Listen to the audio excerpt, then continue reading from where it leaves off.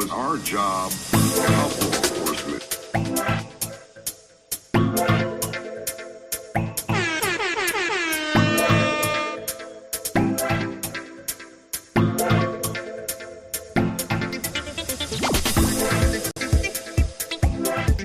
Is a fucking terrorist, a fucking pedophile, sympathizing fucking terrorist.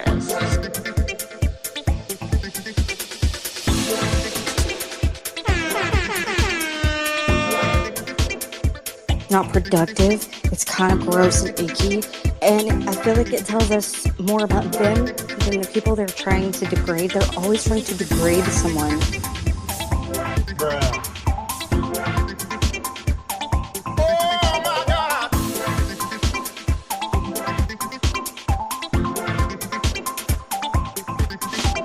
Fuck you.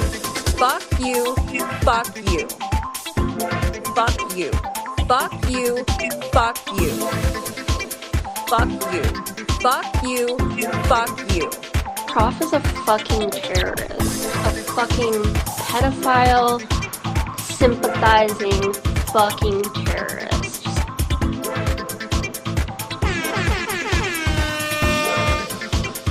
It was our job to help law enforcement.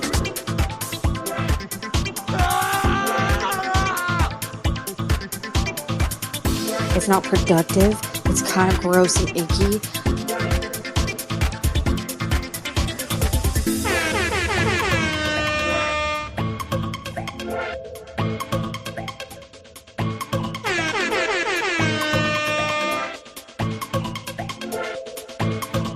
It's not productive.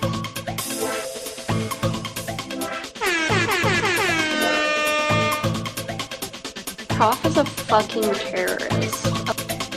It's not productive, it's kind of gross and icky, and I feel like it tells us more about them than the people they're trying to degrade. They're always trying to degrade someone.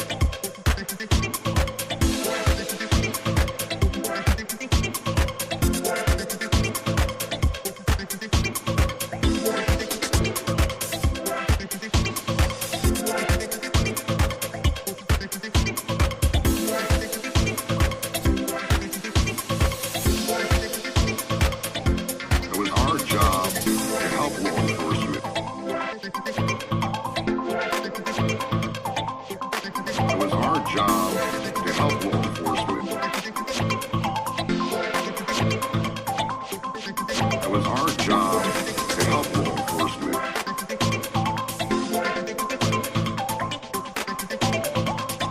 It was our job to help law enforcement. It's not productive.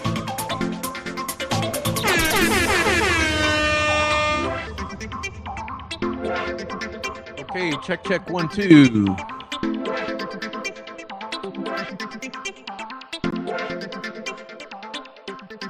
All right, y'all. So welcome in, everyone. It's Friday night. Tonight is Friday, November 7th, 2025. And as soon as I can kill this music, I'll be talking to you. What the hell, bro? All right, so let me see. Press stop, Prof. Press stop. Where is it? All right. Welcome in, everyone. And hey, welcome to the show. Tonight is Friday, like I said, Friday night show. Tonight's show is called Delphi, Jerry, and the Truth, quote unquote, part 3. We're now, I want to say on about page 140 something in the Holman transcript of the deposition that we've been listening to. And so we're almost, halfway. I think we're halfway through. But tonight will be a good one because we'll hit the one we're going to hit tonight. And then I think we'll have one more and that'll cover it. So I'm so glad to see everybody here. Like I said, welcome on in. Boy, it's been an interesting couple days. And I guarantee you it'll be an interesting few more because I've been constantly advertising that I have a Substack article I've been working on, and the problem was it got so long that I had to go and divide it into several installments. So we have that forthcoming, and I think another couple other things this weekend. So it's a good weekend here. So everybody be on the lookout in the next, couple days for a bunch of new stuff and interesting stuff to read and to watch. Anyway, that's what I have to say about that. And let me say hello to everyone here. All my viewers can see people popping up on the chat here on the screen. And so let's see who's in here tonight. Then we'll get right into it. Okay, so let's see. I'm gonna go back a while, and I saw that Adrian was here super early. Welcome, Adrian. And we had Dr. Corbo's Feel Good Fun Time Medicine Show in here early. Welcome to you too, sir. And of course, Carla Ann and Goddess are both here super early. And Sweet Dude Shibby. Dennis McKean, hello to you. Good evening to you. All right. Carla Ann. Snoop Sleuth, hello to you. Hey, Snoop Sleuth here. Dieter here. Hey, Dieter. 4 pit bulls across America. Go subscribe to his channel there. 4 pits. All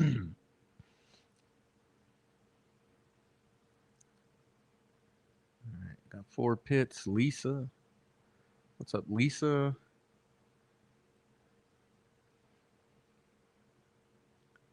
Dieter. Granny D, hello to you. Daisy Ask, pardon, hello to you. Carla Ann, Christina's here. Hey, Christina. Christina. Rebecca Ann, hello, Rebecca. Okay, Daisy Asks. All right. Nicole Watt. Hey, Nicole. Snoop Sleuth. Hey, Dom S. Hello, Dom. Good to see everybody. Okay. And who else we got in here? Marie Kelly. Hello to you. We'll stay as long as you can and watch the replay when you do have time.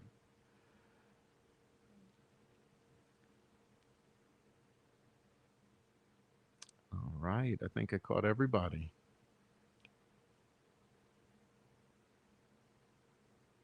Oh, no, we still got more to go. Okay. Christina, Adrian. Adrian's driving. Drive carefully. Don't watch the screen. Don't read the chat when you drive. Hey, Granny D. All right. Adrian, I love your video. Haven't finished it yet, but yours and mine are going to hit around the same time. Should have mine posted tonight.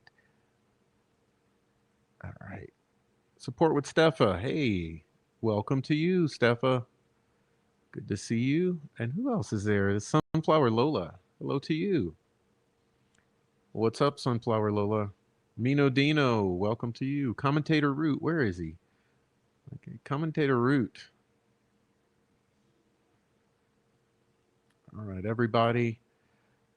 I think I caught most people. All right. Yeah, so it's Friday, which means you get a rare Delphi show. These are our Friday Delphis. Friday night Delphis. Cherry Pops, hello to you. Okay.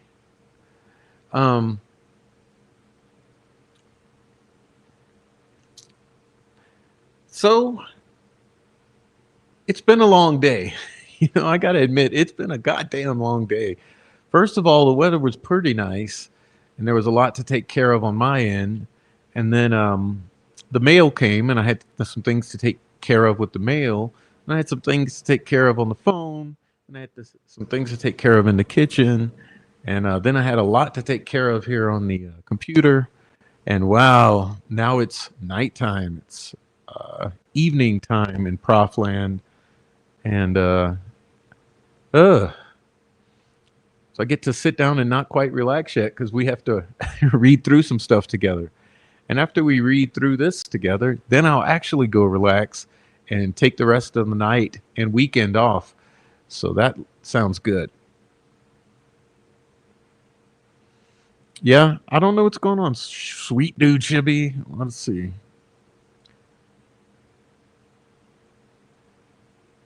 I have no things set here that should be causing problems, but I'll just keep moving forward. Maybe it's my proximity. I got to be right in front of it to sound clear. What's up, Shaza? What's up, Rotting Jules? What's up, Swade Smith? All right.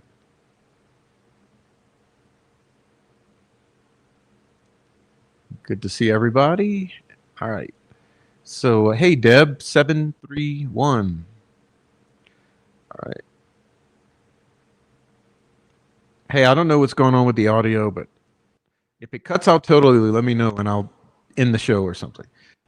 But it may have to do with proximity effect, but I'm not getting any closer to it. I'm already too close to the computer as it is. I want to sit back and relax, but I have to be able to see the screen to read. So I'm in a catch-22 situation right now. But anyway, I'm glad to see everyone. And hey, welcome. Welcome to a Friday night YouTube live stream in which we're going to take another look at some insane Jerry Holman takeaways. Okay.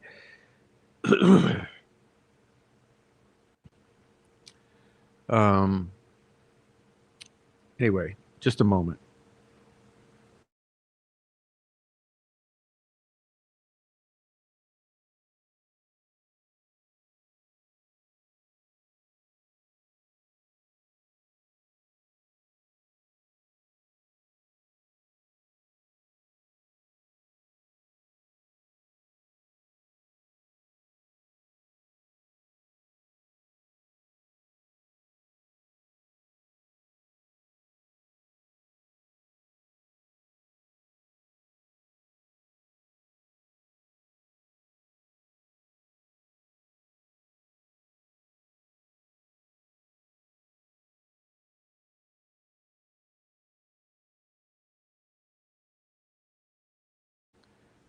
All right. So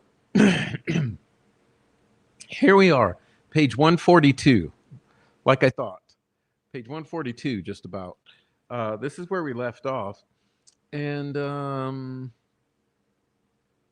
hey, I got to say, before we get started, please share this somewhere with your friends in Discord and the text message chain, whatever you got going.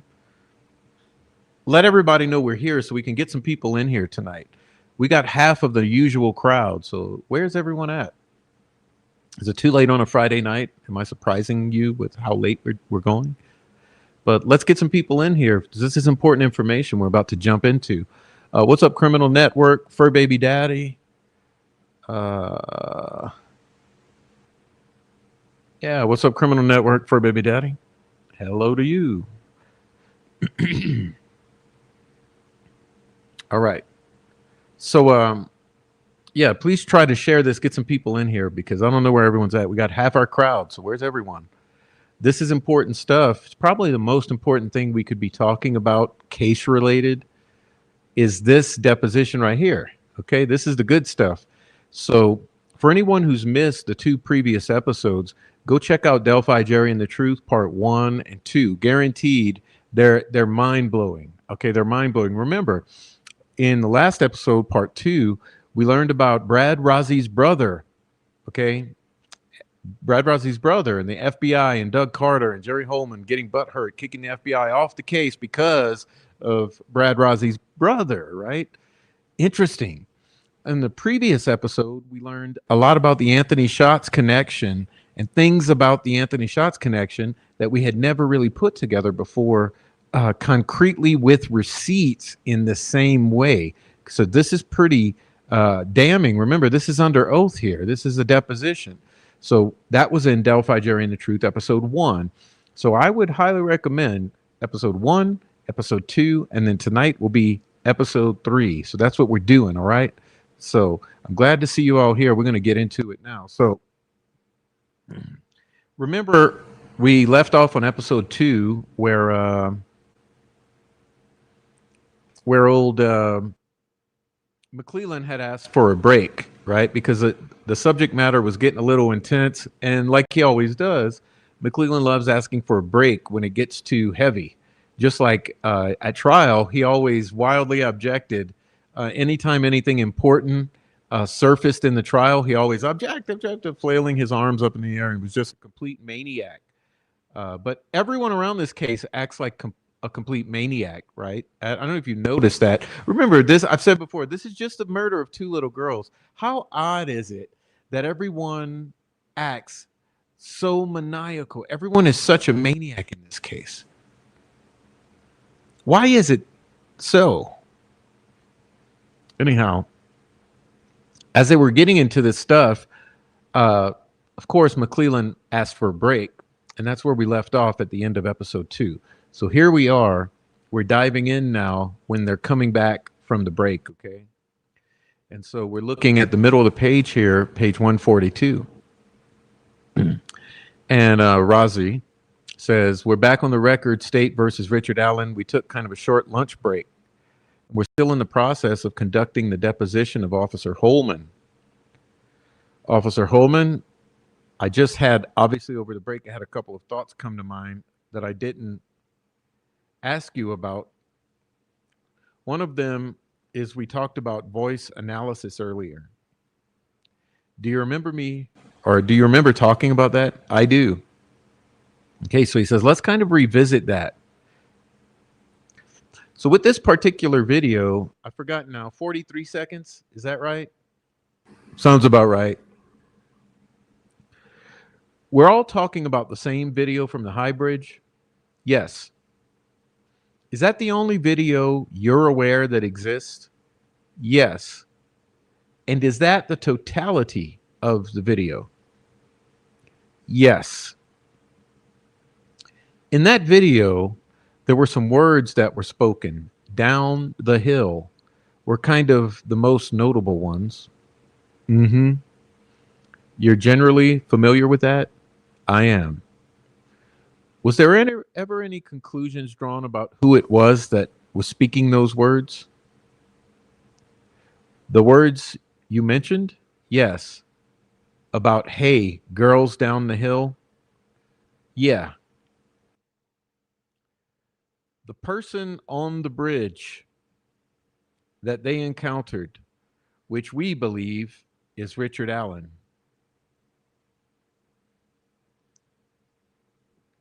And do you agree with me that when you watch that video, there's really no way to tell if the person on the bridge is actually speaking words from a movement standpoint on the video?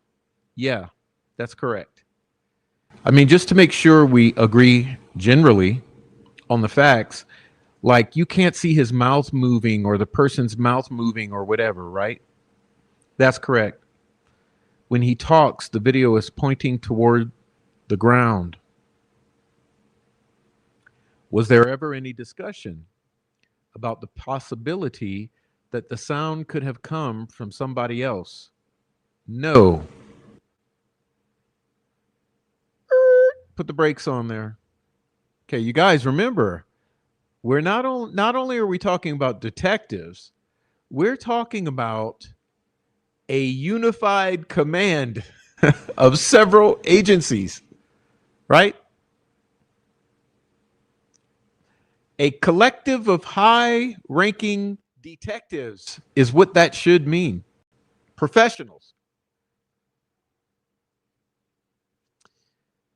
So are you telling me that this group of high-ranking professionals, these elite detectives in Indiana,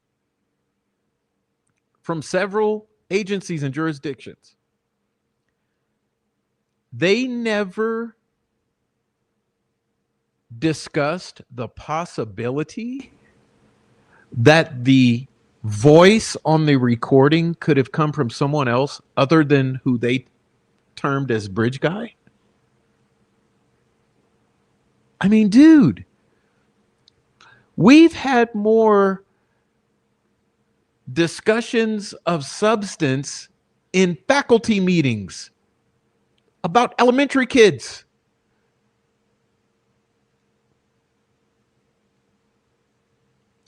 This is a double homicide of two little girls, and you're not altogether, at least at any point, at one point over 7-8 years, you're not at any point having a meeting are having a discussion about the possibility that maybe the voice that you hear on that recording is not the voice of the man that you saw previously?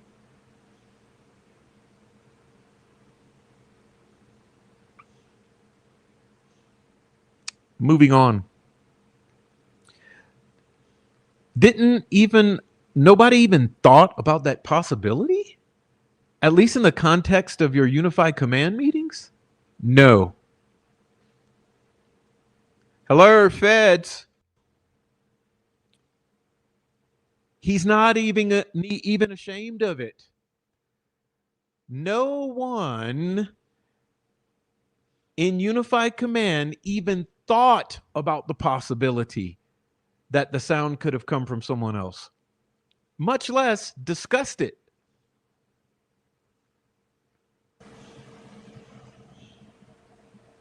So you were just making the assumption that the sound came from that particular individual? I think a realistic view would be the person that encountered them during that. Like you said, it was only 43 seconds. So there was no other people around in the video at the time. So it had to come from Libby, Abby, or the man on the bridge. What? Are you kidding me? The video is only 43 seconds. It never looks behind them. We don't know if they were with a larger group of people. I have a reason to believe, I would suspect that they were rendezvousing with other people in that footage, which means if they're with one or two or three other individuals, including male and female, who are behind them, therefore don't get caught up in the camera, it could very well have been someone else whose voices you hear. And I would also say whose shadows you see. Remember when we studied the shadows in that, remember you and I all together, we deeply studied the audio and the video. And when we looked at the shadows, we couldn't really determine if those were the shadows of the girls or not at all times. And remember, when I discovered the fact that it appeared that Libby, if that's who was holding the camera, but the person who appears to be holding the camera, that shadow clearly shows that there are loose fitting sweatpants on, because you can see that there's something blowing in the wind. And the only kind of pants that blow in the wind like that are baggy sweatpants, not blue jeans, not any other kind of pant. Baggy sweatpants that are ill-fitting will blow in the wind like that. But remember, we couldn't even determine, we could not exclude that anyone else was there. There's a good possibility that there was one, two, or three other people with them. It's hard to tell. But these geniuses didn't even give it a thought, much less a discussion.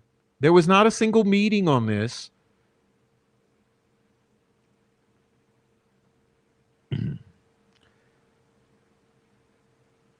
It's possible. I mean, we can get into this likely versus possible argument, which cops and lawyers do all the time, but it's possible there could have been somebody that wasn't in the video that was speaking to. Realistically, no, but possibly yes. Okay, so he's admitting possibly yes.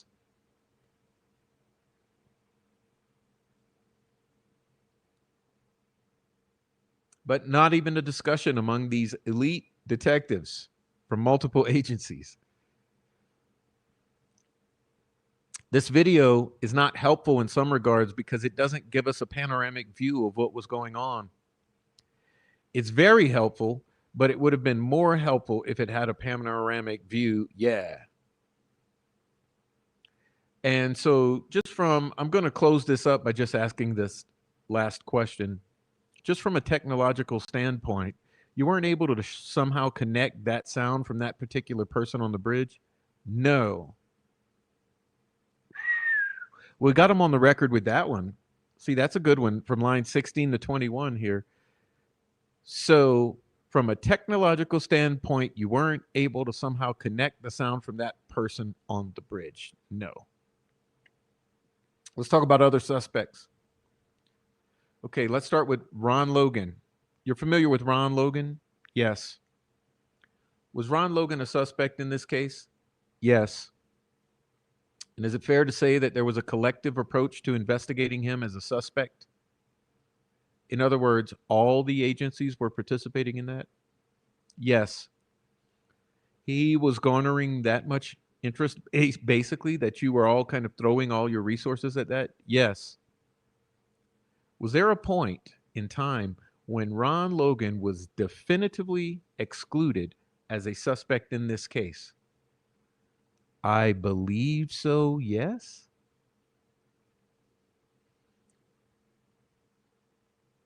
You see, he knows that he's on the record. So that's a caveat. That's a caveat. I believe so. Because belief is what you're here to testify about. Your beliefs are the facts. Just checking. When did that occur? I don't know the exact time, but he obviously becomes a prime suspect when we find 2 homicide victims on your property. So therefore, we started looking into Ron Logan, a collective. And again, this is me as a supervisor. I did not interview him. I may remember some people that did. I didn't participate in the search warrant, although I went there to, what does he say?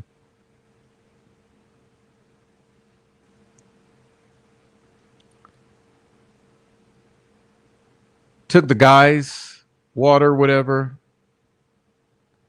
But I remember being briefed on Logan. But what I remember being briefed on was Ron Logan went that day, the morning of around 11:53-ish, to drop off trash at what they call the transfer station, which is the dump. And he was there about 5-10 minutes. Yeah, you know why? Because he was getting rid of all of the evidence of the party at his house the night before that moved on over to the cemetery over the course of the night.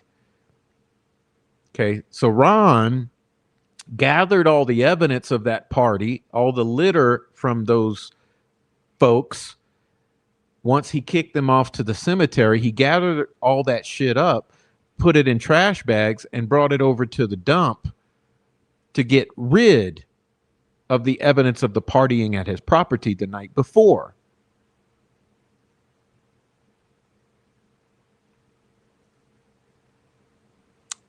It's the cemetery party, the pig roast, right? All right, so he went back to his house around noon, we believe. Later on, I'm unclear if he actually called a cousin or the cousin actually came over. But a cousin. I don't remember his name off the top of my head, but because Ron Logan was, I believe, HTB or driving while suspended. He was on probation. He would drive anyway, and he would always have a cover story if he got caught or whatever. And he ended up going to a fish store in Lafayette where they have him buying some fish. And I think it was 4:44 was the time of the receipt or whatever. It might have been that they didn't change the clock, so it might have been closer to 5:55. Or do you mean 5:44, you dumbass? You see what he did there? Jerry Holman got a simple brain. 4:44. Yeah, if it's an hour off, it's 5:55.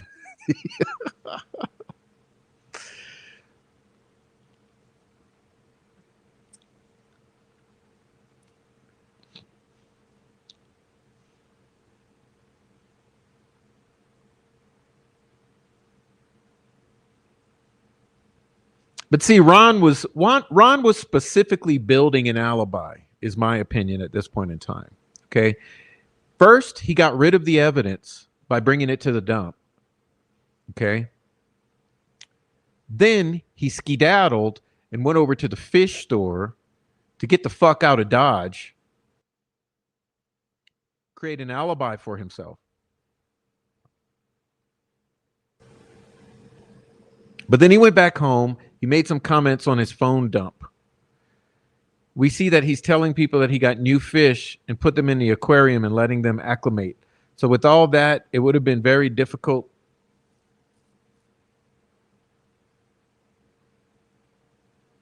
with the time frame for him to be able to, go out there and do what he did. Hold on, let's reread that. That's a little, is that a Freudian slip? That's a little weird. So with all that, it would have been very difficult with the time frame for him to be able to, go out there and do what he did.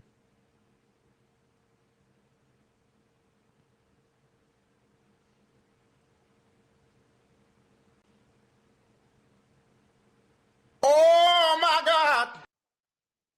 Uh-huh. Bruh.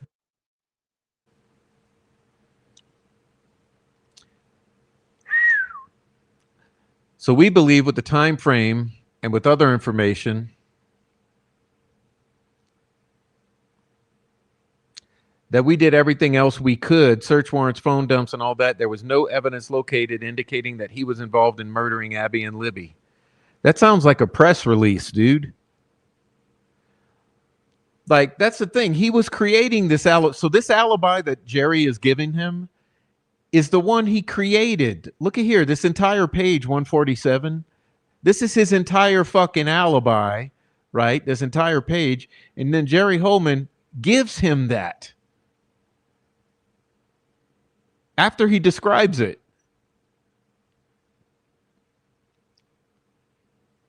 And then, as you know, he died. He passed away. A couple weeks after that, Unified Command decided to have Jay Harper, who did a lot with Ron Logan, him and the FBI contact his son and see if maybe he said anything incriminating to his son. He said no. His son in an interview stated that he would not go out on that bridge. He was deathly afraid of heights. He wouldn't let him go to that area of property because it was too dangerous. So just the totality of the circumstances, we believe that Ron Logan was not involved. That's the exact reason you believe Richard Allen is involved, right? This is what you all constructed to say about Richard Allen. It's not one thing. It's the totality of the circumstances. So it's all the totality of circumstances that you claim clear Ron Logan and implicate Richard Allen?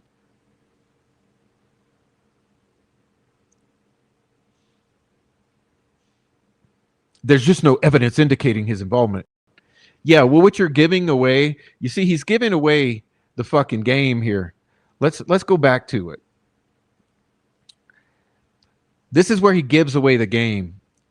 He says, because remember, to these people, it didn't matter if it's justice. It didn't matter if it's right or wrong. If you got the right person, the wrong person, all the people, one of the persons, it doesn't matter. None of these details matter to these guys.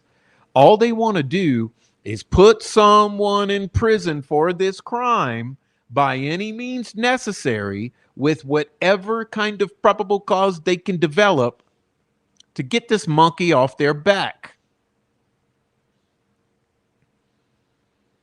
But look at how he kind of confesses to that.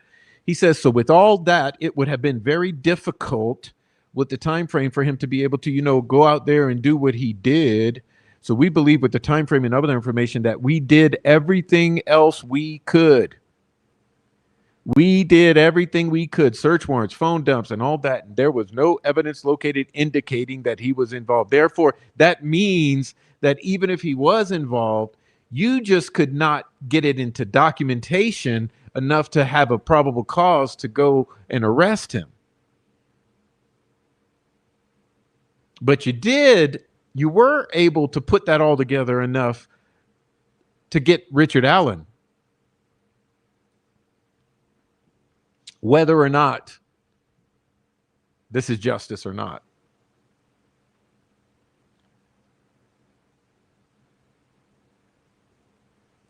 So because he's no longer alive and you've talked to his son, you kind of cleared him. Oh my God, dude. Sometimes, sometimes he get, sometimes he gets him. He got him. So because he's no longer alive and you talk to his son, you kind of cleared him.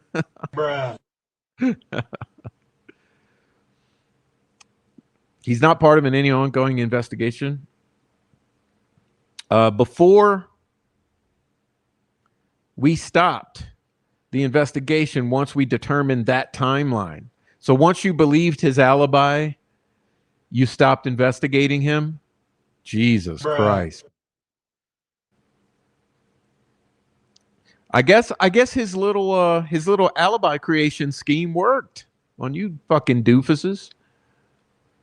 After the search warrant, we searched his house for a full day and no evidence. Yeah, because he got rid of it all. Did you ever discover that he had any connection with either one of those girls? No. Or my client? No.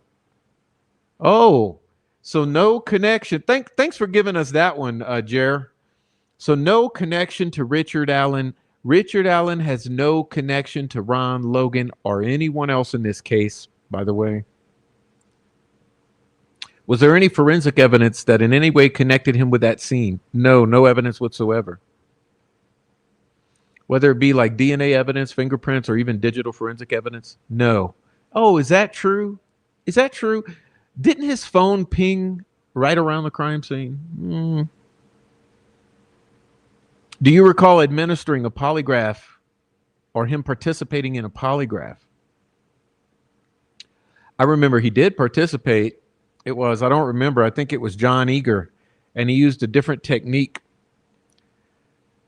that wasn't approved by the FBI and state police, and they were like, let's not have him do polygraphs anymore. What? Are you admitting he did something inappropriate? Again, this page 149, line 17. I think it was John Eager, and he used a different technique that wasn't approved by the FBI and state police. And the FBI and state police were like, let's not have him do polygraphs anymore. Bruh.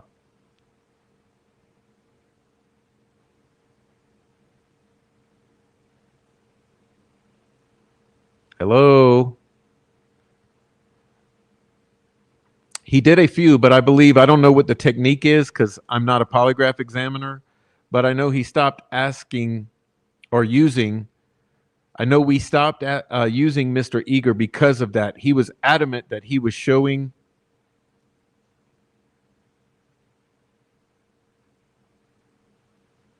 deception on some of the questions. Hello? Again, hello? Mr. Eager with his roughneck tactics was adamant that Ron Logan was showing deception on some of the questions. But we'd have to get that report. Oh, yeah, you don't say. You don't say. Whoops. I guess we also don't have that, right? But we'd have to get that report. I wasn't involved in that. So Mr. Eager was used, and he was only used for this purpose, this one polygraph, or did he? No, I believe he did some others, and he was using a different technique. And after reviewing, I didn't, but after other officers reviewed it, they said, hey, this isn't right. They talked to, I think, Matt Collins and Seth Thompson and some other polygraph examiners, and they said, yeah, he's using this different technique. It's not reliable. Is this like you're trying to explain away the fact that the results of Logan's polygraph were deception was indicated? Because honestly, I've never heard you critique another officer except the FBI in general for pointing the finger at Brad Rossi's brother. But this is funny that in this instance, because he determines Ron Logan is showing deception, now suddenly no one wants him on the team, and his information is not reliable, and you don't know you'd have to get that report.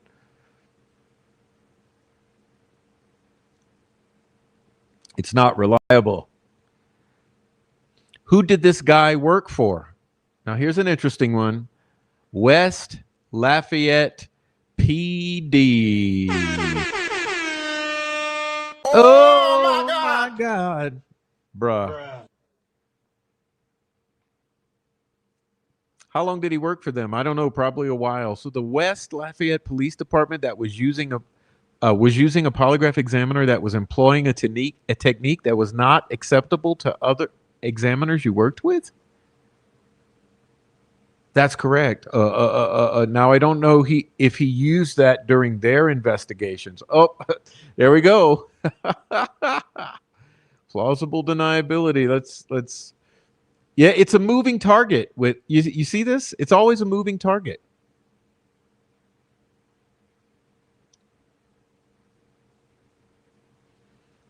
Is he still working there?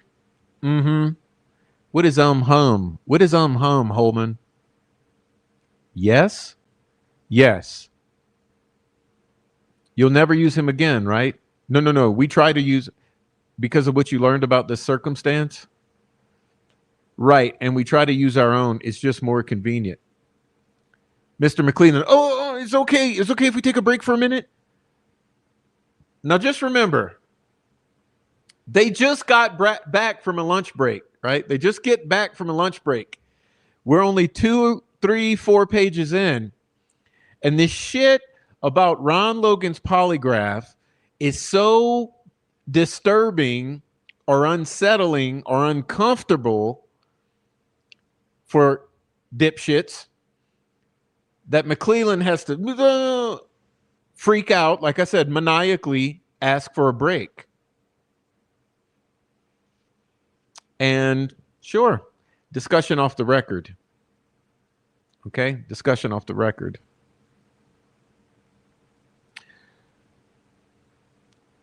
So Razi says, so this gentleman conducted other exams in the case, and there became a point when you were concerned about the technique he was using. So essentially, you chose not to use him anymore? Yes. I mean, some people would say he kind of got fired, but he's still working for the Lafayette Police Department. Right. So the results you were getting from the exams were apparently raising some suspicions about the technique. I'm not sure exactly what raised the suspicion about the technique, but I think it was a new technique that he learned. I don't know the specifics. All I know is after some other officers reviewed these, they brought it to our attention, Unified Command, and said the FBI and state police recognized that this wasn't a proper technique and asked us not to use him anymore. And we agreed, and Unified Command agreed that we weren't going to use him in that capacity. Big words. He's starting to come with the big words. You know what that means? Every time he comes with the big words, it's insecurity. Okay, he's compensating for his own insecurity and guilt. I don't know if he did a couple after that or before. I don't know how many he did, but we could definitely find out. I just don't know. And remember, y'all, Lafayette PD is the agency that had contracted with Gray Media, who also contracted with Allen County Superior Court to do PR and media production. Okay, think of the trifecta. It's a triangle. It's an incestuous loop. It's Gray Media, Lafayette Police Department, and Allen County Superior Court, Judge Gold's own court. This is the same company that struck or claimed copyright on the bridge guy video that was, I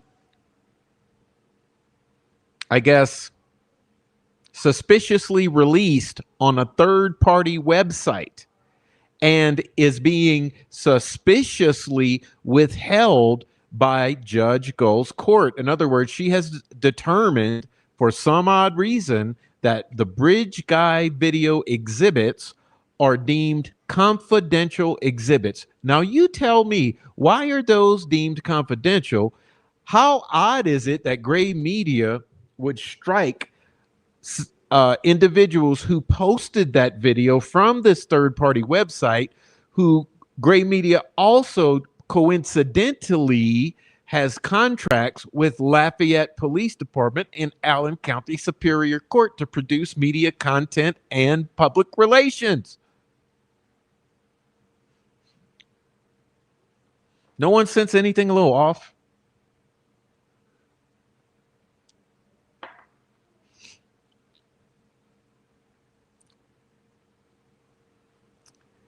I mean, it's beginning to look like Lafayette is the problem with the Delphi case. If you really want to know my opinion, it smells to me like the real nexus is a Lafayette. That's where Jerry Holman is emanating from. That's where the Lafayette PD obviously is emanating from. It smells to me like Lafayette, Indiana is a huge nexus to the power players in this cover-up.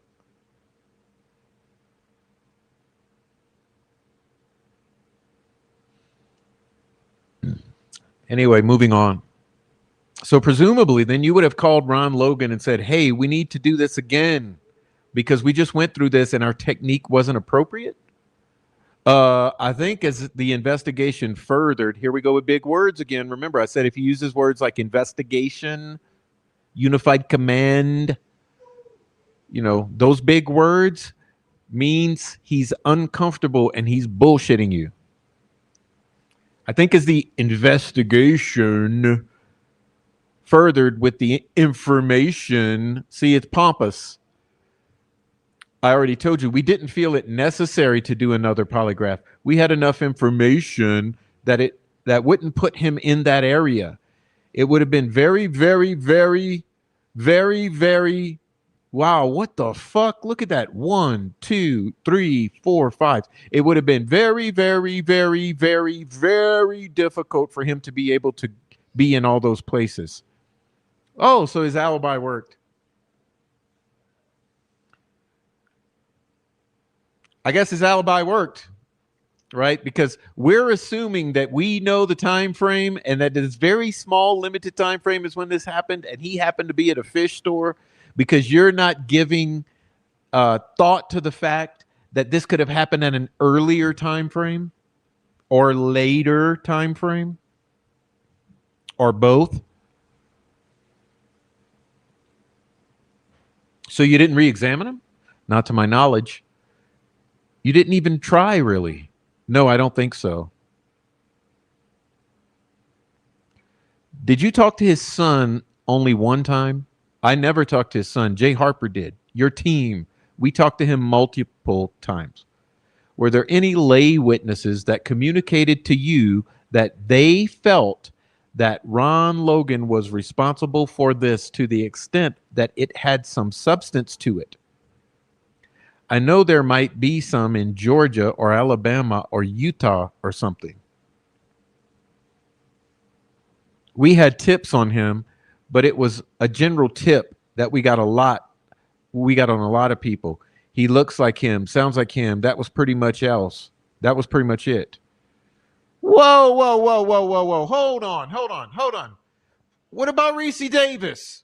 Because this is bullshit. Because it's 2017 and you motherfuckers go to Reese Davis because of what Ron Logan told him.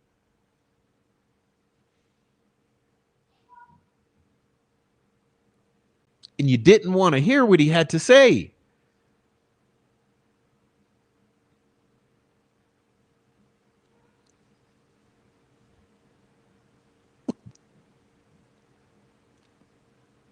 There'll be more on that later.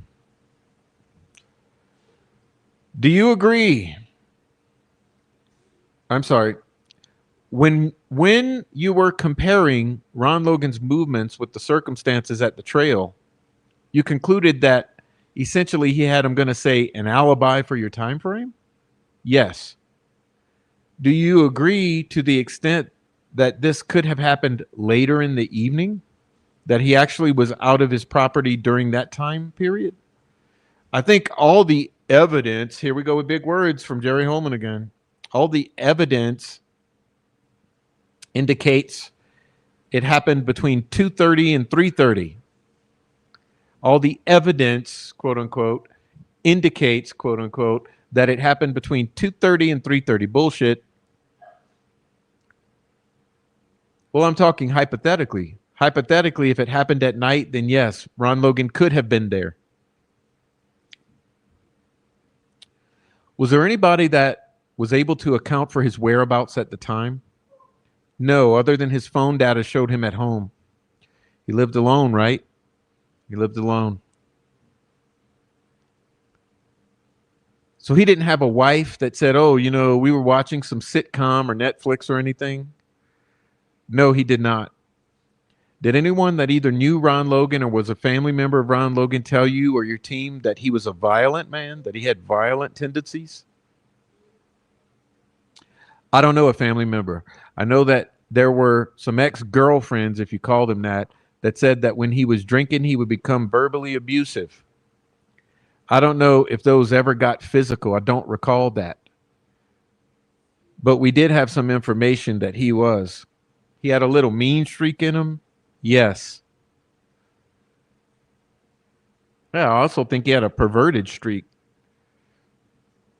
What about guns and knives? Do you own guns? He did. Actually, we did 2 search warrants. So initially when this happened, I know it was a detective, A.J. Smith from the state police, that was looking into him driving, and he was on probation. So we did a probation check and we took quite a few guns. None of them matched that caliber or make that we believe expended that round. What about knives?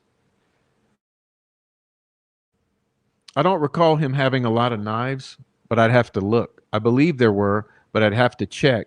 I know that we took some long guns. I can't remember handguns, but I do know from the briefs that nothing matched what we were looking for. Did you know Ron Logan to be associated with any extremist groups? You know, ritualistic type groups or anything like that? No. Whatsoever? Not to my knowledge, no. Keegan Kline. Keegan Kline, a man that's fresh, a human that's fresh on everybody's radar. So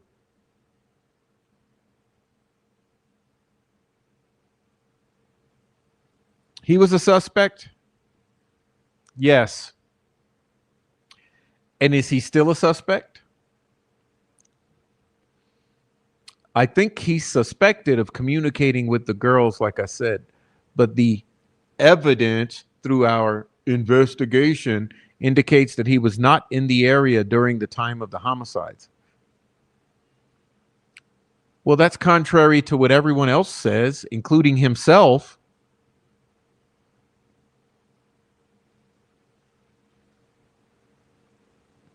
The evidence through our investigation, unified command and structure, and investigation. He was not in the area during the time of the homicides. What's the proof of that? What's the proof of that? And he was kind of like Ron Logan, another person where there was considerable resources from all of your agencies that were directed towards him. Yeah. Did Keegan Kline ever admit that he actually participated in this crime? I mean, that he knowingly, willingly played some role in this crime? Yes. Oh my God. Bruh. I'm legally blind. Did Keegan Kline ever admit that he actually participated in this crime, knowingly, willingly played some role in this crime? Yes.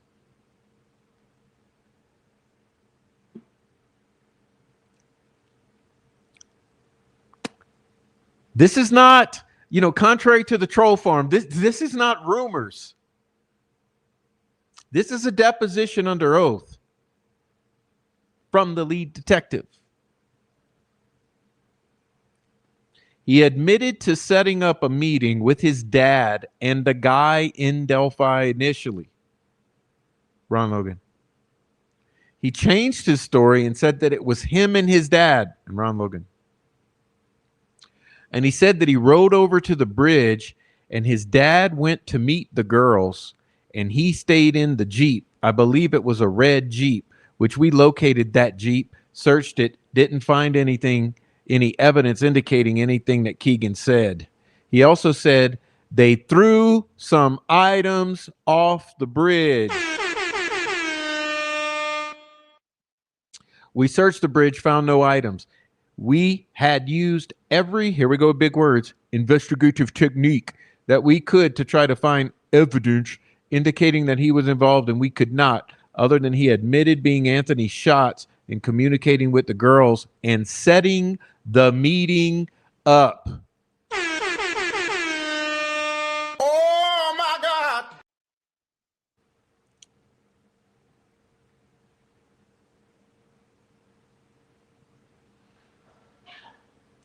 You see, they were so bloodthirsty to get Richard Allen convicted for this crime. They ignored the literal elephant in the room. I'm legally blind.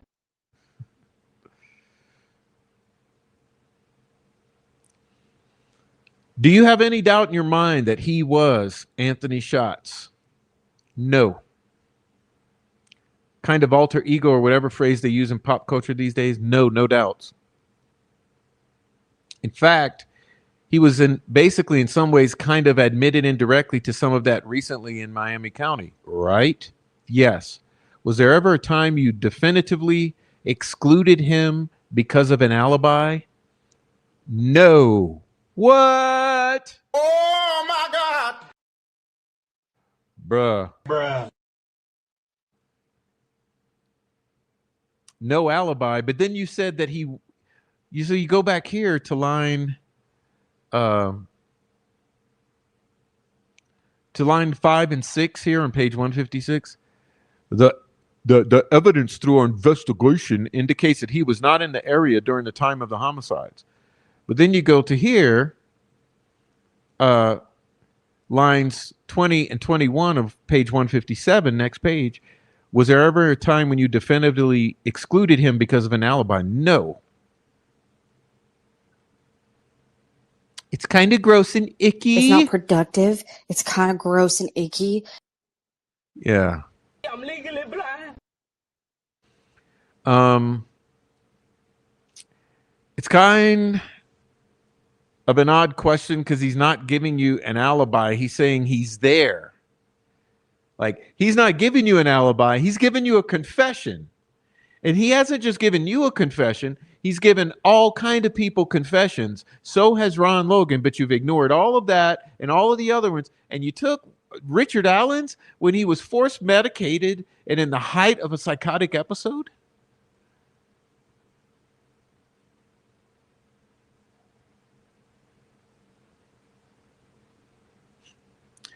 Kind of an odd question because he's not giving you an alibi. He's saying he's there, but I assume you were working the reverse angle to vet his.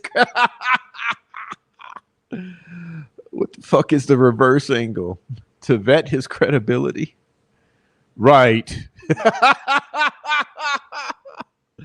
Right. It's a circus, man. That's why I asked the question. Right. I understand your question. So the reason that we eliminated, there he goes with big words again. Hey, big words. Eliminated him from actually being at the crime scene is because we know he didn't ride with his dad on the route that he took because the video shows. We also know that he is actively downloading child porn on his phone at a residence in Peru during the time that we believe. There's that word again. There's that word again. We believe the crimes occurred at this time. So, in other words, they give Kagan the alibi because of their belief of when this crime occurred. They give Ron Logan the alibi because of their belief when this time has occurred. So and they pin it on Richard Allen because of their belief when this occurred. But remember, the fucking medical examiner could not pin down a time of death whatsoever. There's possibly up to a 44-hour window or something. I don't know if anyone in the chat could help me out on that. What's the window he gave? I mean, it's in the 40-hour time frame.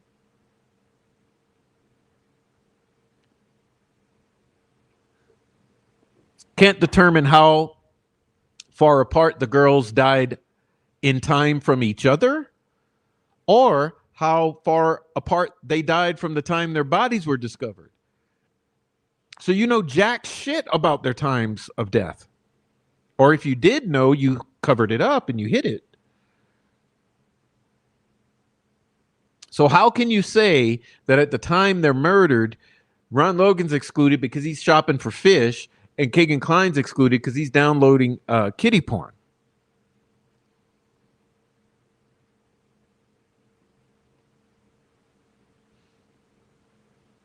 It's unbelievable.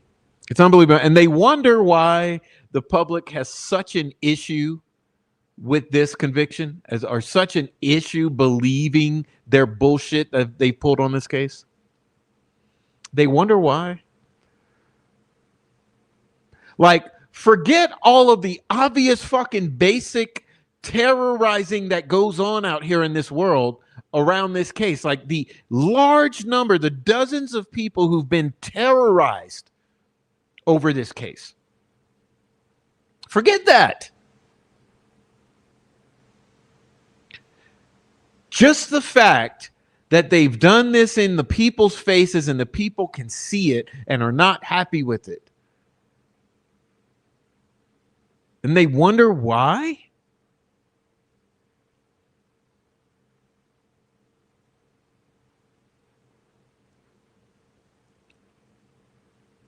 It's blatant and in your faces. This is why. So you have some digital forensic evidence that he was active on the computer, his phone, as you said, at the time you believe these things occurred. During the time frame that we believe these crimes occurred, yes, he was actively using his phone. Do you know the location of the phone when it was being used? Yes. Is this through the geofencing technique? Forgive me if I'm misunderstanding you. The question is, do you know the location of the phone? Yes. When he was actively using it? Yes. Where? At his residence in Peru. How do you know that? Through the forensic evidence, I was told that they could find out through phone records that it was being actively used in that area with the data. I can't explain geofence data dump. I know I was given a report orally, not a written report. Wonder what else he was given orally. Oh my God. Oh my God. Bruh. Okay. I was told that he was on his phone in Peru at his residence. Did you go back to Kegan Kline after you learned this information and have another communication, a meeting with him? Yes, we did. What was his explanation for your findings? He had no explanation for it. Did he continue to acknowledge his responsibility for part of this? He changed his story quite a bit, but yes. So in other words, see, that gets a little convoluted. So let's interpret that properly. Did he continue to acknowledge his responsibility? This is Kegan Kline. Did he continue to acknowledge his responsibility for part in this crime, even when you confronted him about the downloading child porn at the time of you believe this happened? Yes, he changed his story quite a bit, but yes. But it was consistent in that he said he was there, that his dad did. That his dad did it. Did he ever ask you specifically for any consideration, as we say in the business, in exchange for the information he was giving you? He wanted to be put in the witness protection program. Now think about that. Because we need everyone to exercise as much critical thinking as possible.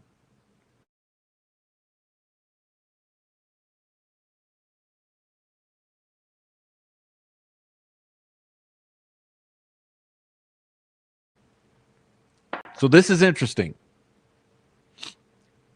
So Kagan Klein wanted to be put into the witness protection program?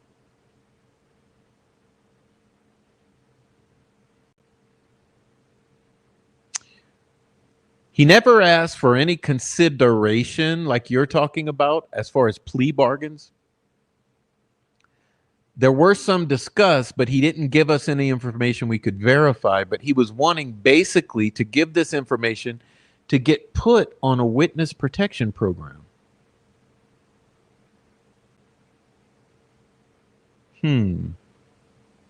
Well, let's revise that in a way, because we know there was a plea offer that was made. We do know that. Okay, that's factual. So this is bullshitting. Okay, this is bullshitting. There was a plea deal offered, but when you polygraphed him, it showed deception. So that offer was retracted, but he still asked to be put in protection. Maybe because he didn't want to be a chomo. Do you think it's because he didn't want to be a chomo in prison and get beat up? Why would Kagan Klein be asking to be put into witness protection for the Delphi murders? Is he afraid of getting beat up because he's a chomo, or is he afraid of something else? Maybe the real killers. What if the real killers are still out and he's afraid of them? So he wants to be put in a protected environment so they can't get to him for snitching. I don't know. I think it's something to keep in mind. You know, there's a lot to keep in mind, but this is another one to put in your notebooks. Keep in mind that he is asking, bottom line, to be put in witness protection.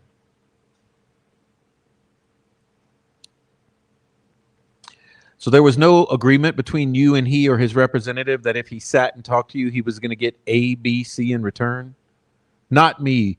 The prosecutor might have made. No, he did make. You're talking about Sinkovics? No, Prosecutor McClelland.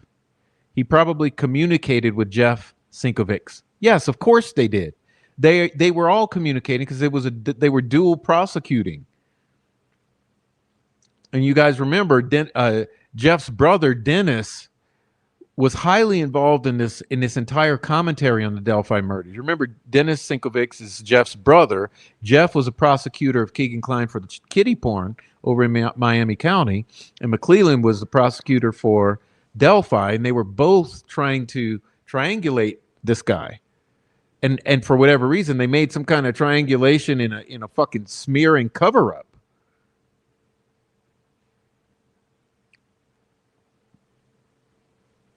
All right. Do you know that? I know there was communications. In other words, communications between Nicholas McClelland and Jeff Sinkovics and Keegan Klein. There was a communication, a feedback loop happening. But I don't know of any pleas, deals that were struck, right. So at the time that your team sat down with him and talked to him, you're not aware of any deals that were made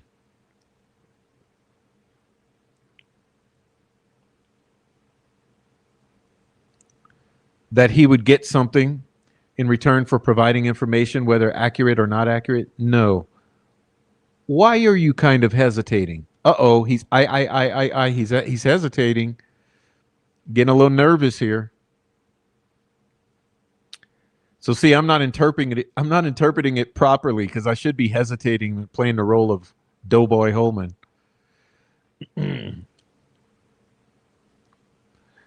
So he wasn't getting anything in return for providing information, whether accurate or not accurate.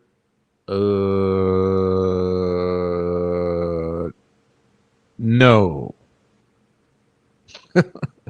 Why are you kind of hesitating? At one point, I know the prosecutor was going to offer him immunity, but I think that's different from what you're asking. That's why I'm kind of hesitating. As far as, hey, if you communicate, we'll give you this many years or whatever. I wasn't involved in any of that.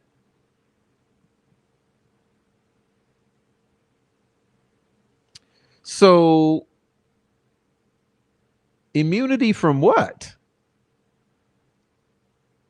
Immunity from the entire if he was involved in Delphi, the Delphi murders of Abby and Libby, you were going to offer him immunity for his part in the murders?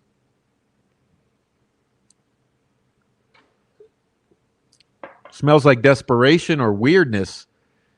You're desperate to close sounds like you're desperate to close a case.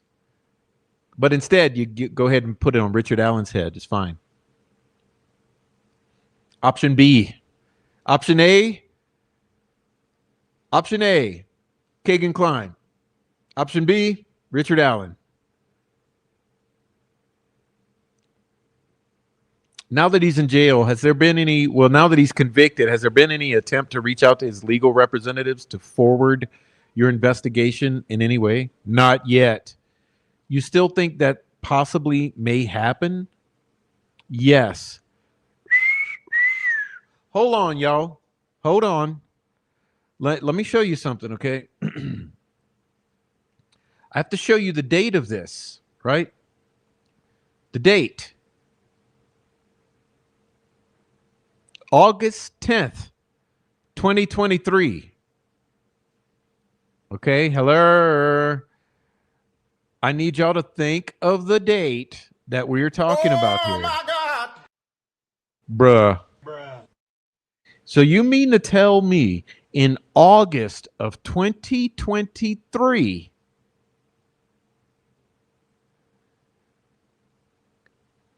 you think that this still may happen, that there may be an attempt to reach out to his representatives to forward your investigation? Yes.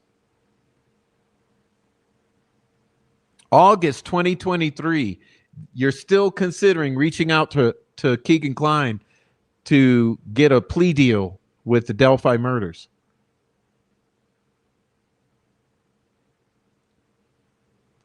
Why is it that you would want to do that at this point? I think you always want to give him a second chance, or in this case, maybe a fifth, sixth chance to be honest and make things right if he knows anything. So the idea is, if he's been sitting for a while now on this other case, he might come up with a different version because he's seeing the world differently now. Well, I think his world has changed. He was in a luxury Miami County, and now he's in a correctional facility, which is obviously different people there.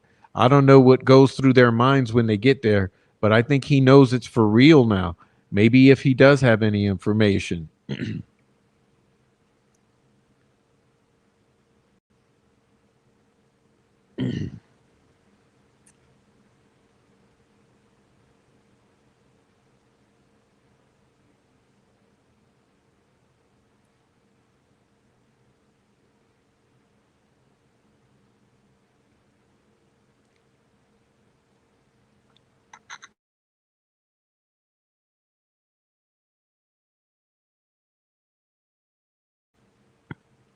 Excuse me.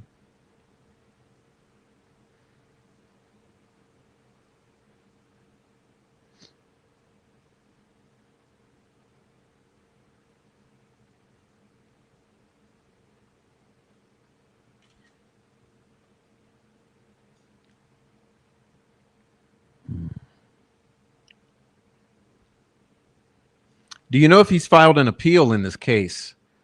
I do not know that, no. Do you know where he is?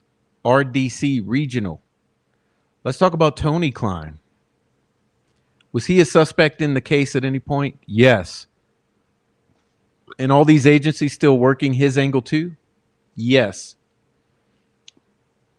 Again, everyone, again, date, August 10th, 2023, August 2023, August of 2023. Tony Klein. All these agencies still working his angle too? Yes. Was there a point in time when he was definitively excluded? I think so. I mean, we exhausted all other efforts. Tell me how that happened. At this time, with the information we have, we can't put him in Delphi or on the bridge. He was through the forensic evidence that we got through the digital phone data. He also was given a polygraph, and there's no evidence. We searched his house. We searched his phone. Like I said, there's no evidence indicating his involvement. So see the deal? Again, they need what they can gather to build a probable cause affidavit. That's what they're interested in. Closing cases with paperwork, not solving cases, not justice for these victims, just closing the damn case. Remember, this is August 2023. This happened in February of 2017.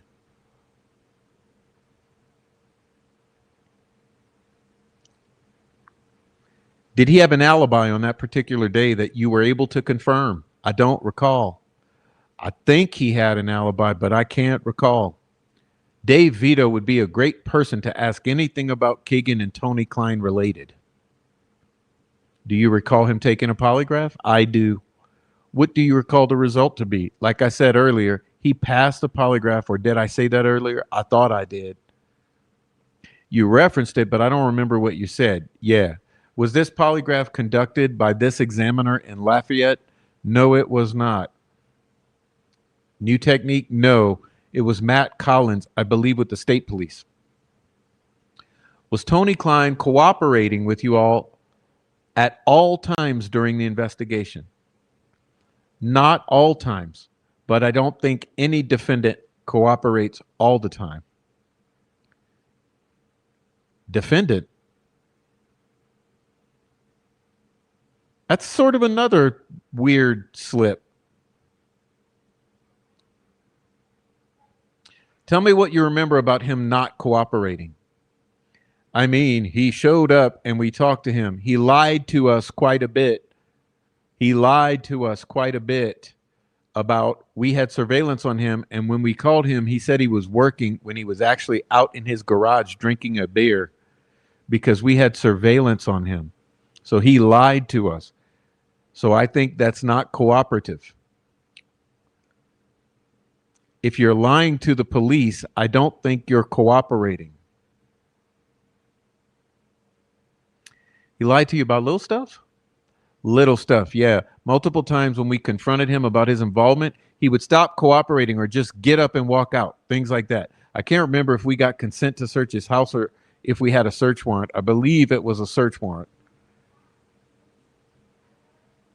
Did you ever know, was there ever any, I'll call it forensic connection made between Tony Klein and these girls, digital forensic information? No. Were you able to determine definitively that Tony Klein was not utilizing his son's devices? No. There's still that possibility? That's a possibility. Those two were living in the same house a short period of time, yeah. They were living together during that time frame, but then Keegan moved out. And when you say during that time frame, in the weeks leading up to this circumstance, the murder, yes. February 13th incident, yes. Oh my God. Oh my God, bruh. Bruh.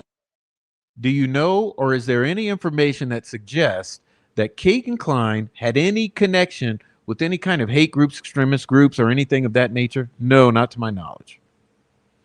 Again, I'll guess the same question with regard to Tony Klein. No, not to my knowledge, no. What about Dave Liebert? Do you know Dave Liebert? Personally, no. All right, so we're moving on to the Lieberts.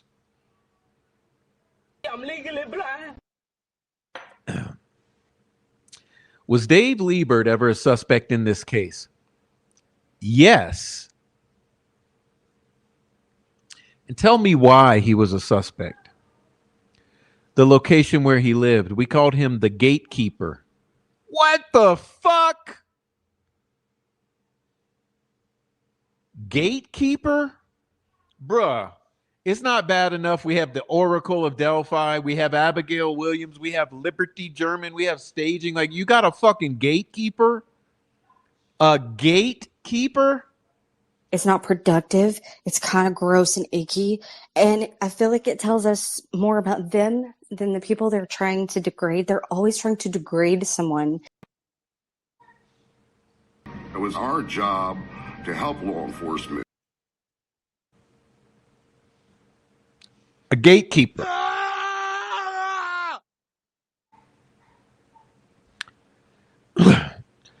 There's a gate. We called him a gatekeeper. There's a gate that you have access to go back to Weber's property. And when we were out there, we were following up on the investigation. Like, other officers were like, this guy is the gatekeeper, because he would let them in and out of that. He was interviewed, and I don't recall by who. His wife was interviewed. He cooperated for the most part until we asked for consent on a couple things. I do believe we searched his residence. I'd have to refer to reports to tell you anything about that search. Offered him a polygraph, and I think he denied taking the polygraph. That's all I know about that. Yeah, we're talking about Dave Liebert. Dave Liebert, the gatekeeper. Oh, my God. Oh my God. Jesus Christ, man.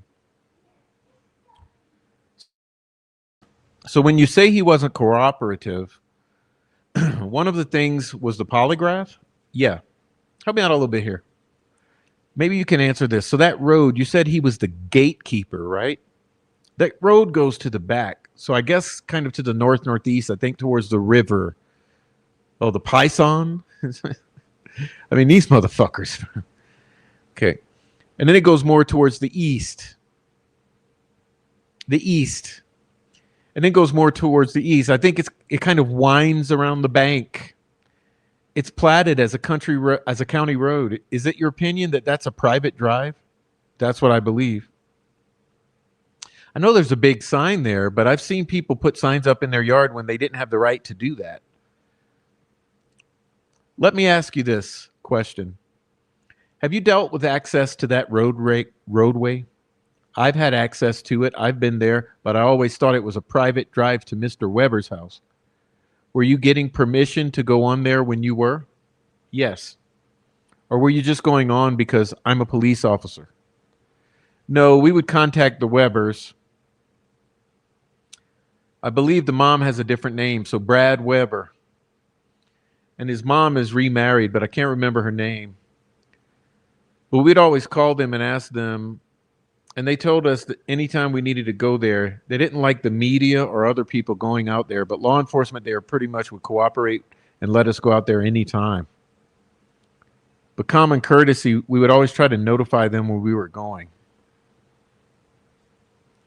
Did Dave Liebert have an alibi for that day? Yes, I believe his wife. Oh my God, what? Oh my God. That's an alibi, I guess. They were together at home. Yes. So he was in the vicinity for sure? Mm-hmm. Shaking your head, yes? Yes. Your position is his alibi was his wife saw him sitting on the couch or whatever? I'm legally blind. I don't know the exact specifics, but yes. Did you ask her to take a polygraph? Me personally, no. Whoever was the investigators, I believe they did, and neither one of them. I'd have to look at a list, but off the top of my head, I don't think either one of them took a polygraph.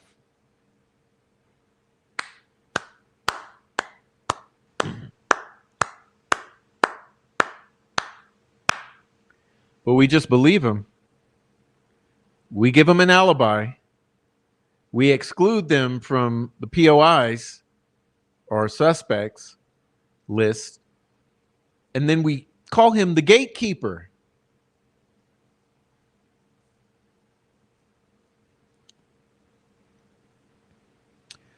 Do you know if you asked her, and maybe I missed this, but you asked her and she wasn't willing, or she just didn't? I don't think they obtained an attorney, and the attorney advised them not to. No, I think they obtained an attorney and the attorney advised them not to, if I recall. Are you familiar with any hate groups? You know, extremist groups that Dave Liebert was associated with? No. Jimmy Dale Duvall. Do you know who that is? Yes. And do you know Jimmy Dave Duvall personally? No. You just know him from this investigation? Yes. Was he a suspect in this case? Yes. And tell me why. We received quite a few tips on him. I can't remember where he worked. I think over at Chrysler, maybe. Who else worked at Chrysler? Come on, y'all. Who else worked at? Remember, Packers, Chrysler.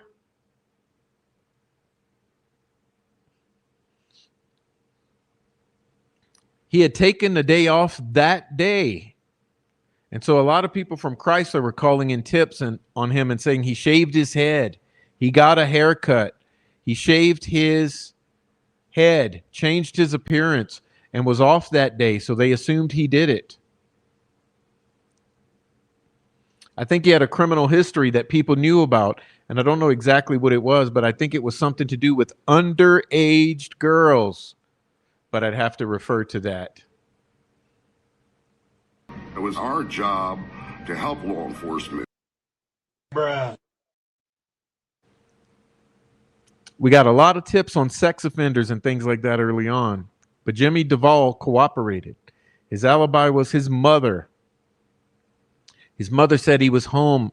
He worked on his vehicle all day. Mom confirmed that he was home from like 12 to 6. And then she doesn't know for sure, but never saw him left. But he was pretty much all day and he had an alibi. And it was his mother.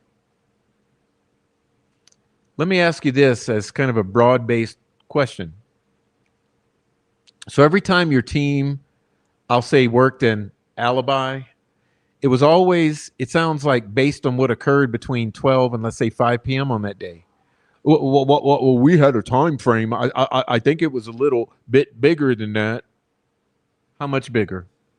I don't recall. I think it was maybe more like a couple hours either way, like 11 to 6, something like that. Yeah. Not into the dark hours, so to speak? No. With Jimmy Dale Duvall, do you know if he took a polygraph? I don't think he did. No, I don't remember. Do you know if he was asked? I'm going to say that we kind of had a strategy. Oh, here we go. Here we go with Big Word Holman. Big Word Holman. Investigation. Unified command. Strategy. He had a strategy. So if it was state police, and I can't remember with Duvall, asked for consent to get DNA and asked for consent to search anything digital, asked them to take a polygraph.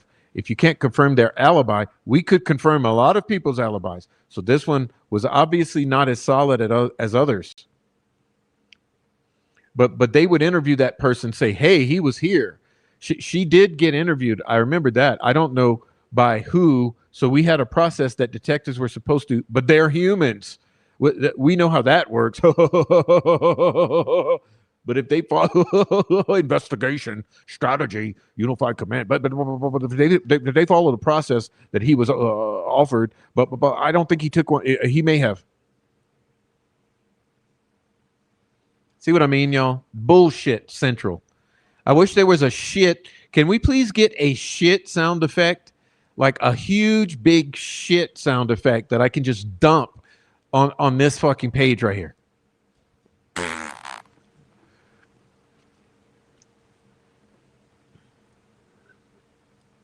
Okay, was he associated with any extremist groups or religious radicals or anything like that that you're aware of?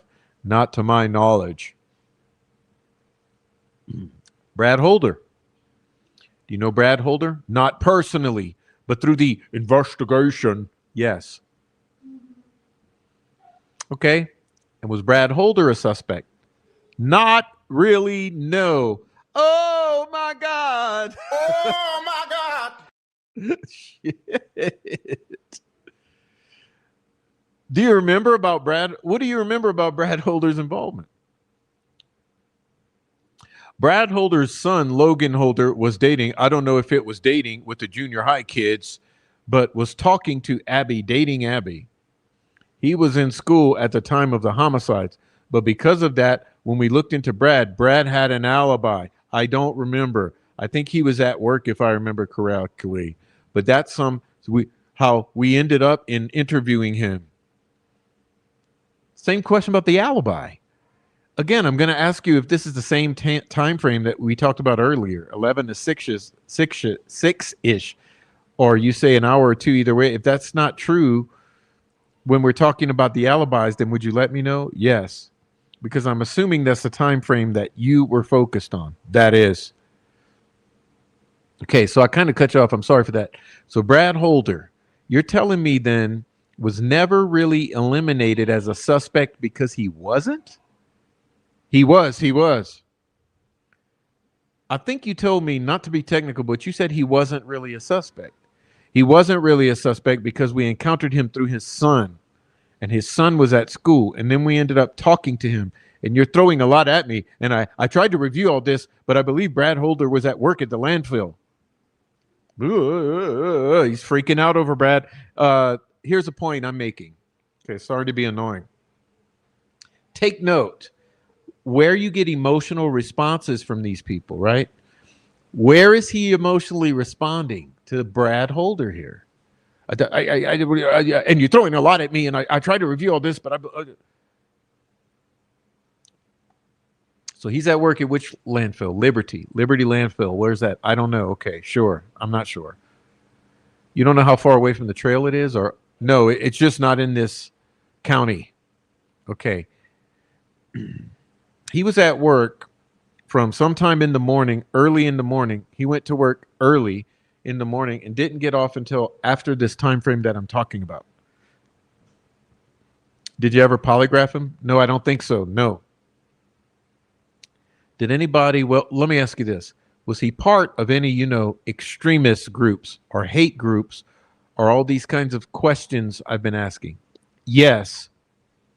Yes. Yes. Okay, tell me about that. He was involved with another gentleman named Patrick Westfall that we found out through this investigation that was into some, in my words, some cult type. Some cult type.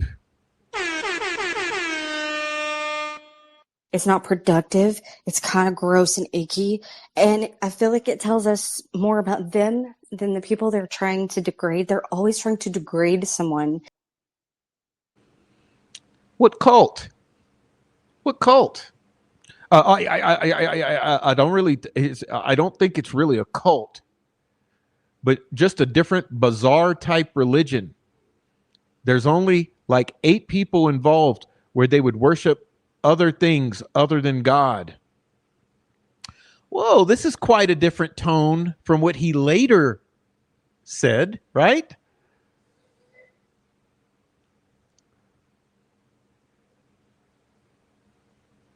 Quite different.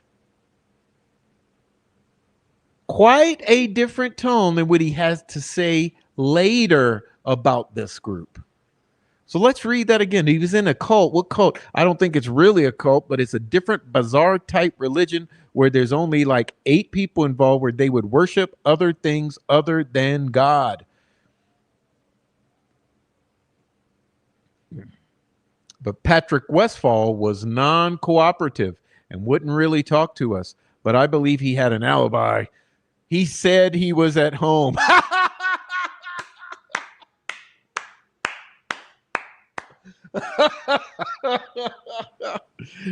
Dude, If the cops ever ask you what you did, get you or your mama to say you was at home, okay?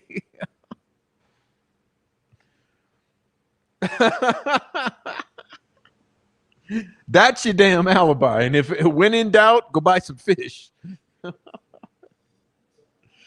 What the fuck?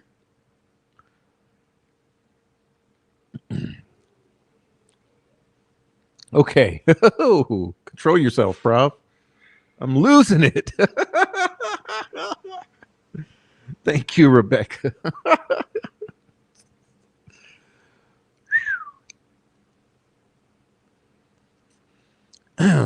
So Westfall and Holder. Where was Holder living at the time? I have to check the report. Somewhere local? No, Logansport area. I'm guessing Cass County. That's where her son went to high school, I believe, or middle school, or whatever. Did Logan have, I shouldn't say Logan, that was his son. Did Brad Holder have any direct contact with either one of these girls? I don't think he did. I think he knew very little about, we're talking about 13, 14-year-old in relationships. I'm not sure they were going on dates and things like that. I think they were just talking to each other. Oh, but we now know that not to be true, Mr. Holman. Not only did Brad Holder know that young girl, he encountered her or met her several times, including one time at Westfall's house, and they all lied about it.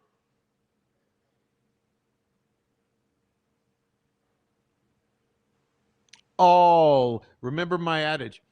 Everybody lied. That summarizes the entire Delphi case. Okay.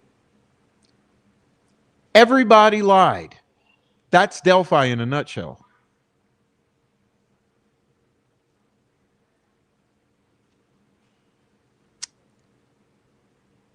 I'm talking about Brad Holder. That's what I'm saying, his son. It wasn't like she was over at the house all the time or they were going on dates. It was more of a communication. You know, kids these days and Snapchatting.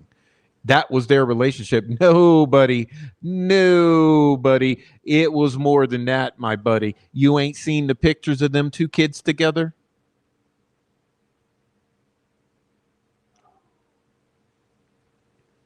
Do you know if they were ever in the same airspace? I mean, there's a connection here. Logan Holder, Brad. You've got a suspect whose son was dating one of the girls, right? I want to make sure we're on the same page. So this isn't Jimmy Dale Duvall is what I'm talking about, right? Do you know if Brad Holder was ever in the same airspace as those girls, like they were at the same place together communicating? Where's my bullshit sound effect? He was interviewed. I don't recall him ever saying that he was with Abby and Logan when they were dating or anything like that. I don't think he really knew her, but I'd have to refer to the report to be exact. Investigation report, a strategy, unified command. And like I said, he was at work during the time frame that we're talking about. Do we know how long he worked that day? We did check, and there wasn't any video. But there was records of him clocking in and out. Okay. So if I go sign a paper and 10 hours later I come back and I sign it again, that means I'm there the entire time?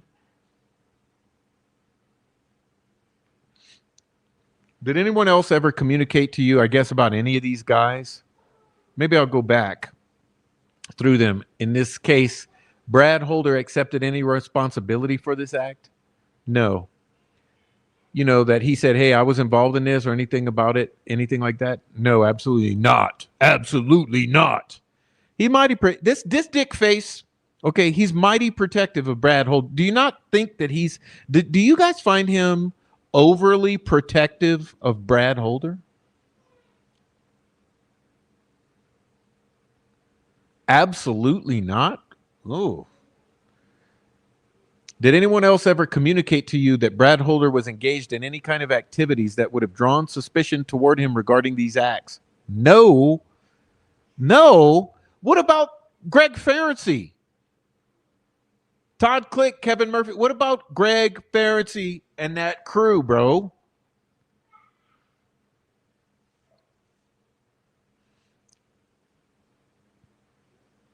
Totally off your radar, even though you had an FBI agent, a fucking sheriff or police chief, I believe Click was at some point, and State Trooper Murphy. You had these fucking good cops presenting to you information that expressed high concern about Brad Holder, and your response that has anybody ever communicated to you any suspicion regarding this case? You say no.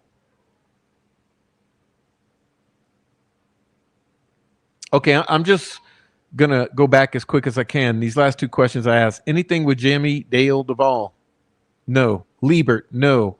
I think we covered the Kleins. That's a little bit more broad. Yeah. Ron Logan, that he was ever involved in anything suspicious? No. Or that would have caused you to believe he knew something about these crimes? No. And certainly didn't accept any responsibility for them? No, he did not. No, yes, he did. Yes, he did. Ron Logan admitted responsibility and involvement in these crimes to numerous individuals. And all of them stepped forward with that information. And several of them handed it right over to Unified Command.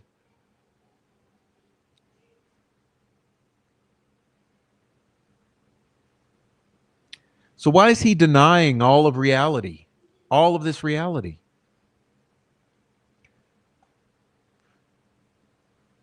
Did you work with, who was the officer or officers that focused on this kind of hate crime angle? We talked about this earlier today, right? This crime scene stuff. Who were the officers that kind of spent time focusing on that aspect of the case? Talking to Purdue people, talking to FBI people. That would have been Steve Buckley and David Vito. He didn't talk to the Purdue people because that was before, but he talked to the U.S. Marshals Behavior Analysis and relayed that information that we talked about earlier to Unified Command. Anybody else that would have worked? I think the right word would be this angle of the case.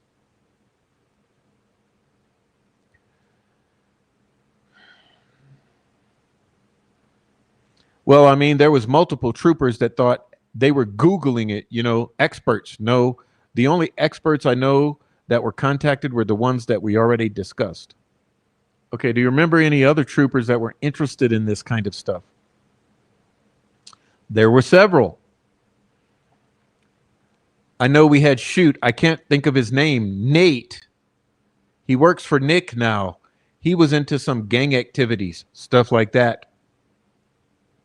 We actually had him looking into some stuff for us and following up, but he never found anything. Nathan Myers? Sorry.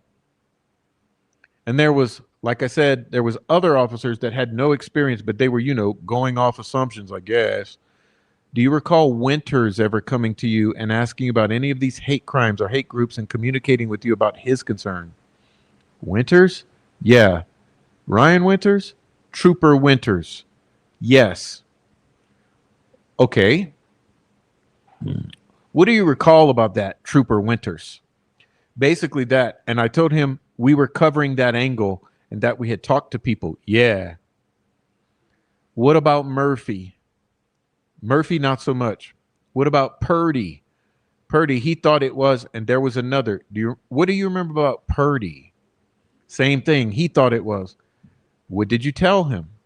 Same thing that I just told you, that it was a concern, but we'd already looked into it and had professionals saying that it was not. So we're approaching a handful. We're approaching a handful of individuals. He's turning everyone away, saying that it's been looked into, and they have professionals saying that it's not that. Okay, you got a handful of concerned investigators coming to you saying, we think there's a cult or a gang angle to this crime. We're really concerned about it. We think it needs to be looked into. And you're turning each one of them away in order, saying, it's been looked into. We have professionals looking into this. Professionals say it's not, so don't worry about it. What about this officer down in Terre Haute that was unfortunately killed? Ferenczi or something. Greg. Yeah, what about him? Did he ever come to you and communicate to you that he had concerns about hate groups being involved in any of this? I don't recall if he did. Really? But I know he worked with some of us on some tips that were down there. I don't know as they were ever hate. So you don't recall Greg Ferenczi. Anything meaningful to you? Elvis Fields. Oh. So you mean Elvis Fields was meaningful to Jerry Holman at some point in time? Let's go back to it. Anything that was meaningful to you? Answer, Elvis Fields. Okay, we talked about Elvis Fields. So Greg Ferenczi and Jerry Holman talked meaningfully about Elvis Fields.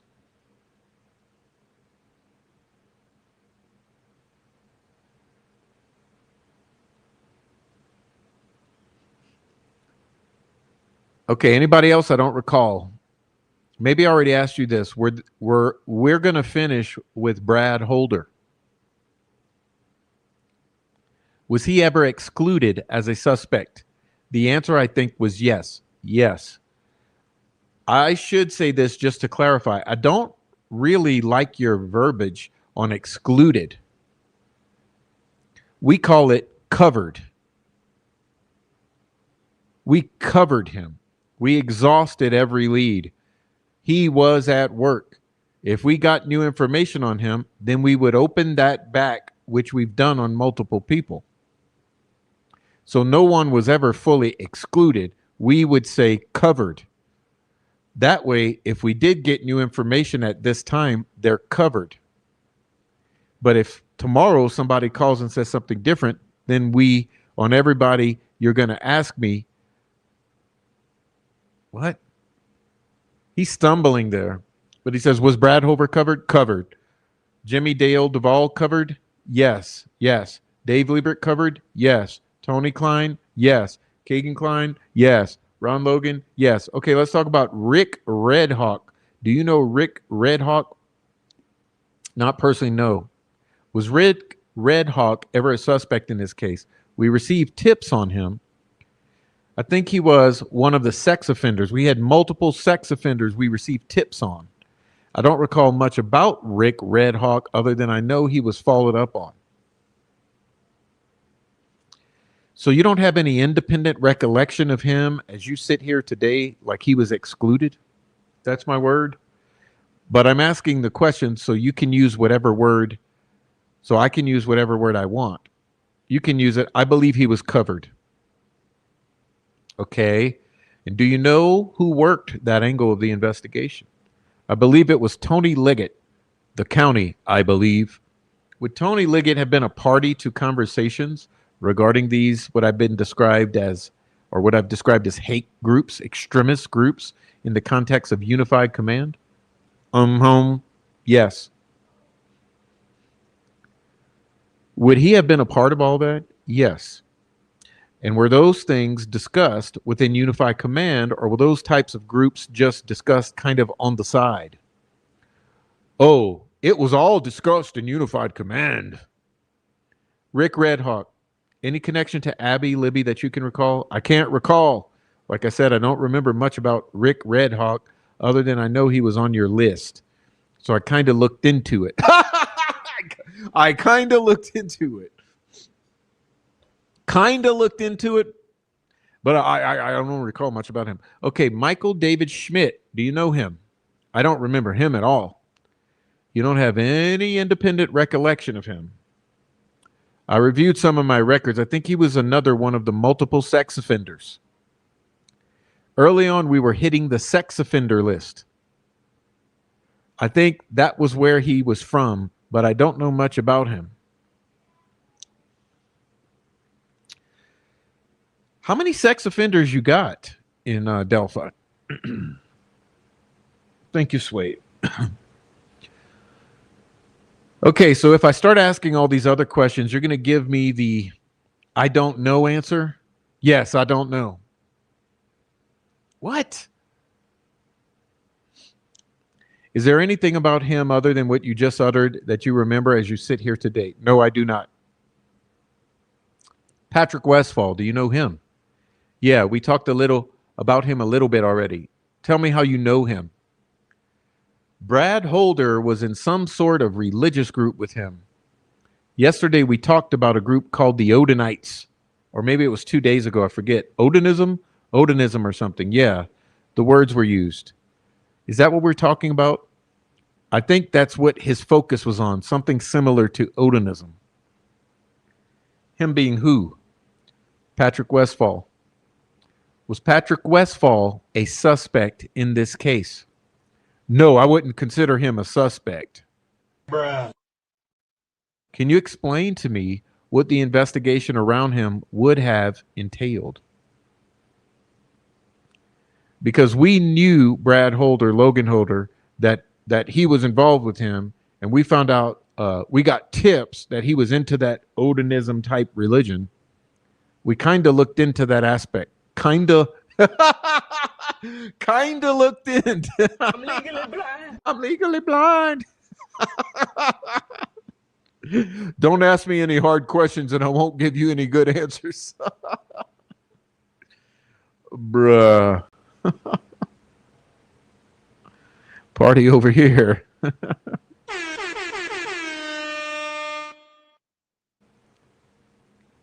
All right.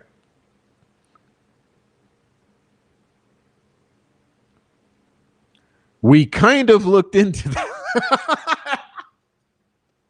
I can't even go further than the kind of doing my job. It's only two murdered little girls. What do I care?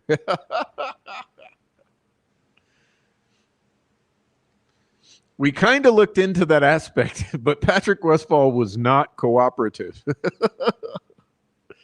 Kind of cooperative, not he was not cooperative. Like he didn't want any part of talking with the police. Nope. Did he react? Was he more than just resistant? No. He wasn't disrespectful or criminal towards us. He was just adamant that he didn't like the police and he wasn't going to talk to us. Were you able to confirm that Brad Holder and Patrick Westfall were actually connected? Yes. Brad, that there was a relationship between the two of them? Yes, Brad acknowledged that. Where is Patrick Westfall from? I don't know where he's from. What do you know about the relationship between the two of them? Very little, other than what was told was Brad was involved in that church. I call it a church. It was like 7 or 8 people that followed the same beliefs as Patrick. Those beliefs being what? The Odinism type stick formations and things like that. Get the fuck out of here. Oh my God! Bruh, it was our job to help. It was our job to help law enforcement. Prof is a fucking terrorist. A fucking pedophile, sympathizing terrorist, fucking terrorist. Bruh.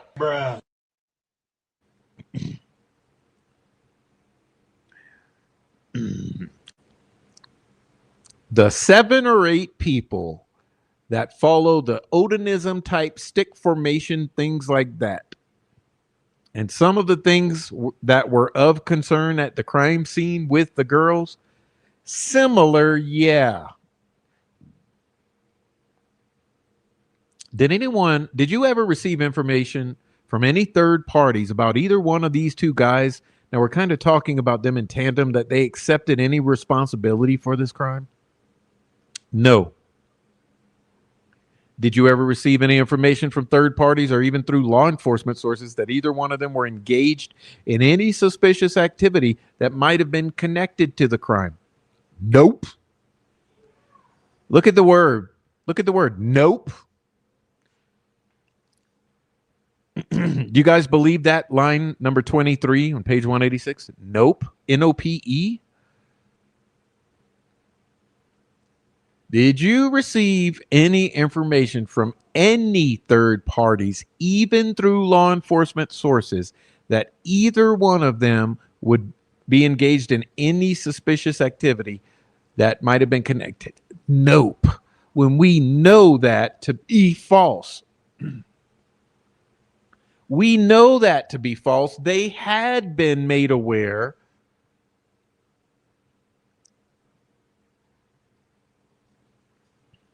Nope.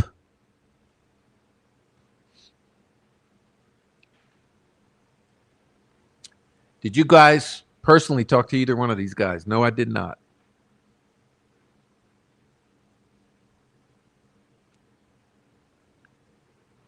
Are you aware whether or not Patrick Westfall was connected in any way to Abby or Libby? Nope. I'm going to ask about polygraphs. He wasn't willing to even talk to you? Correct. Shut you down from the very beginning? Correct. Yes. Because he wouldn't talk to you. Did you ever communicate, or any of your staff communicate with any of his relatives or anybody connected with him to try and gather information? I believe so.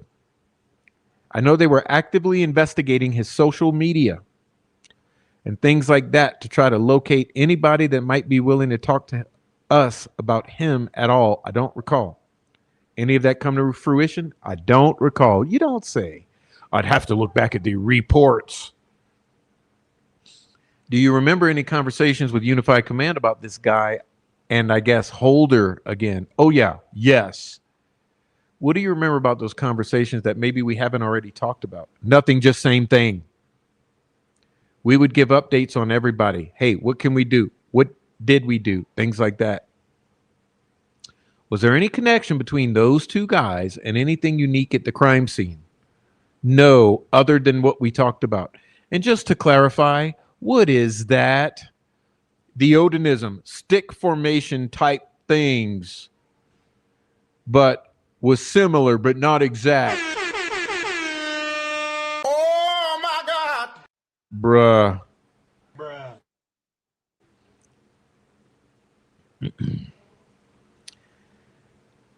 Okay, how did this investigation with these two guys come to a conclusion then?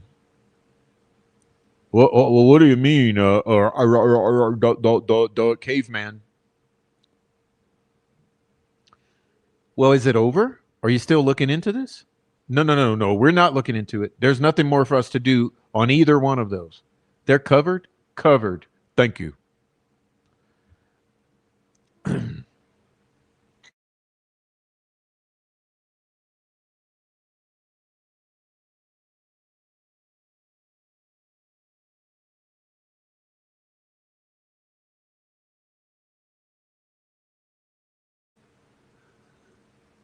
Can't make this shit up at all. Okay. Thomas Lincoln Wallace. What can you tell me about Thomas Lincoln Wallace? Was he a suspect? I can't remember on Thomas Wallace, to be honest with you. I didn't get that far. Whoa. To be honest, isn't that usually used when you're not being honest? So you can remember Thomas Lincoln Wallace, but you choose not to go into it or to answer. I see. You don't really have any independent recollection? No, I don't. So if I asked you most of these questions, I've asked you about other people, your answer is going to be, I really can't remember anything about Thomas Wallace at this point. I'd have to, I didn't get that far in reviewing last night. I'm sorry, I tried. Brad Weber. I do recall Brad Weber. Was he a suspect? No. I wouldn't call him a suspect. No. Was he a person of interest? I hate that phrase. He was staying at the property right above the crime scene in his parents' house, but he was covered as well. In your opinion, why was he covered? He was at work. We verified work records. He said he got home around 2:30, but we think it's later than that because he got off around 2 o'clock. But then he also operates an ATM machine business. So he went and collected money from the ATMs, which would have taken a few minutes. So we think he got home a little bit later.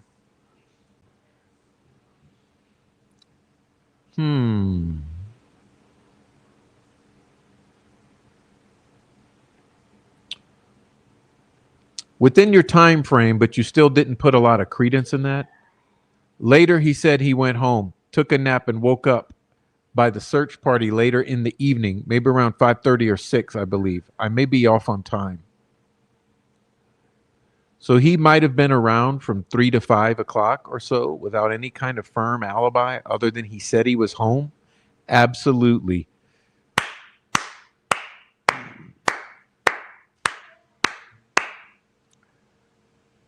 It was our job to help law enforcement. Okay, so he said he's home. That's his alibi. Like I said, if they ever ask you some shit, you say, "Oh, I was home." Yeah, my mom will tell you.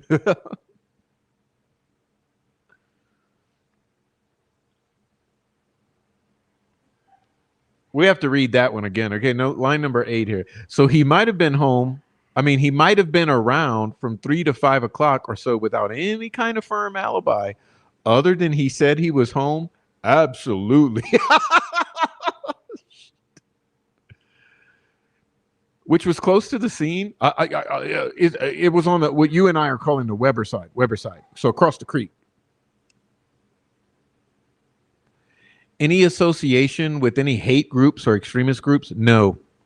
Did you ever receive any tips from any other third parties or outside parties saying, hey, this guy is someone you really need to be looking at because he did this or did that or he's acting this way? Not that I can recall. No. Daniel Nation. Do you know Daniel Nations? Personally, no. Was he a suspect? I wouldn't call him a suspect, but he was brought up because of a crime that occurred out in Colorado. What was that crime? He was on a trail and attempted to attack somebody with a hatchet or something. Was he from around here? He was from Indiana.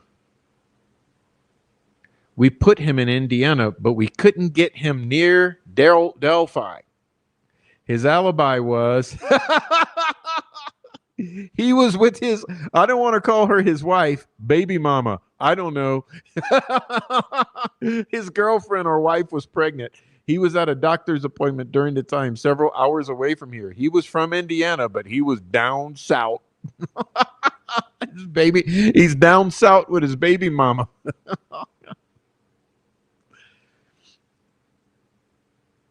So you think you were able to kind of clear his alibi, so to speak? Covered him with all the knowledge that we had. An investigative would have been Jay Harper, and Steve Buckley went to Colorado and interviewed him and then interviewed other people as well. Do you know if he had any connection whatsoever to either one of the girls? No, I do not. I mean, like social connection or family connection? No, we didn't find anything. That's what I mean by connection. Right. What about any kind of social media connection? No connection that we found. Derek German. Do you know Derek German? I do. That's Liberty's father. And was Derek German a suspect? No.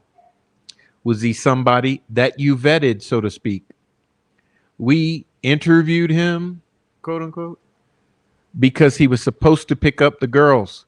He went there and they obviously weren't found, and he called family members and they started looking for them. He was interviewed several times. My partner was writing notes to me, and I'm sorry. Sure.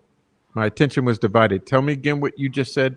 He was supposed to pick up Liberty and Abby at the trailhead at a certain time. He was working in Logansport with his mother. He's like an appraiser or something. Okay. And obviously, when he got there, they didn't show up. So he immediately started calling family members, and they went out on the trail looking for the girls.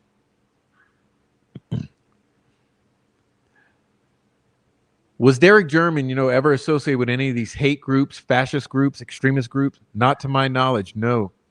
Any of the ones we talked about? No. Did Derek German have a criminal history that you were aware of? Yes, he did. What can you tell me about that? My personal past histories with him was he was involved in manufacturing methamphetamine. It was our job to help law enforcement. Bruh. I don't know exactly what he got charged with, but I know he was recently released from the DOC.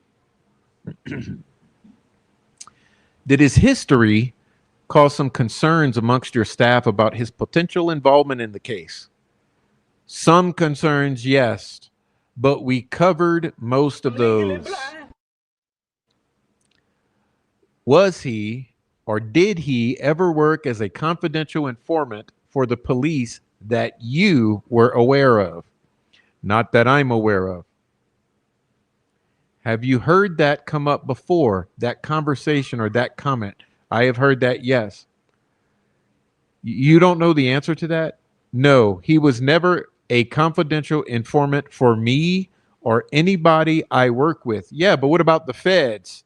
What about the feds, dumbass? Oh my God. Was he a Fed informant? Oh my God. Say it one more time, brother. Oh my God.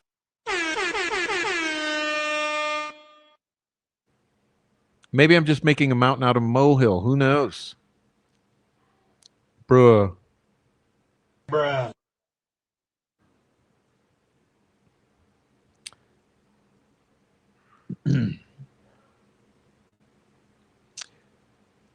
I'm not making this shit up. It's something I've heard.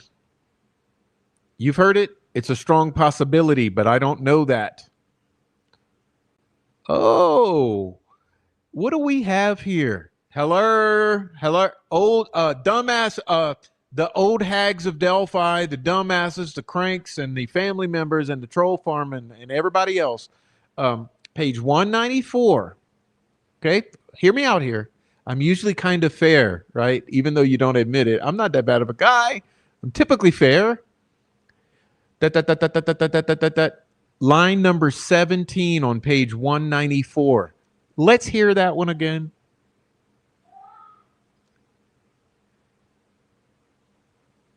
Regarding him potentially being a confidential informant.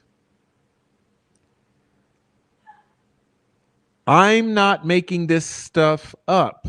It's something I've heard. You've heard it. It's a strong possibility, but I don't know that. So, not a confidential informant for you or anyone you work with, but it's a strong possibility that you don't know the answer to. So what could that mean? Maybe not an informant for Holman or Liggett.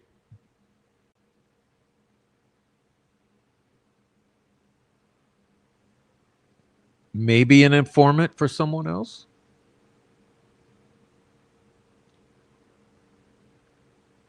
And even Holman admits in line 17 here that it's a strong possibility.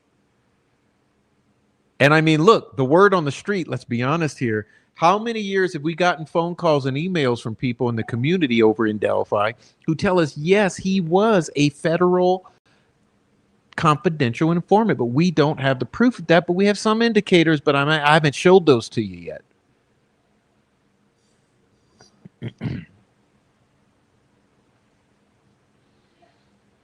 So anyway, were you aware of any tension or friction that existed within the family at the time of these incidents that would have caused you to believe that he might have been involved in this crime? The German family? Yes. No. Or either one of the girls' families? No. Do you know if Derek German communicated with any of these other people that we talked about on this list? Like if he was associated with them? Not to my knowledge, no. Elvis Fields.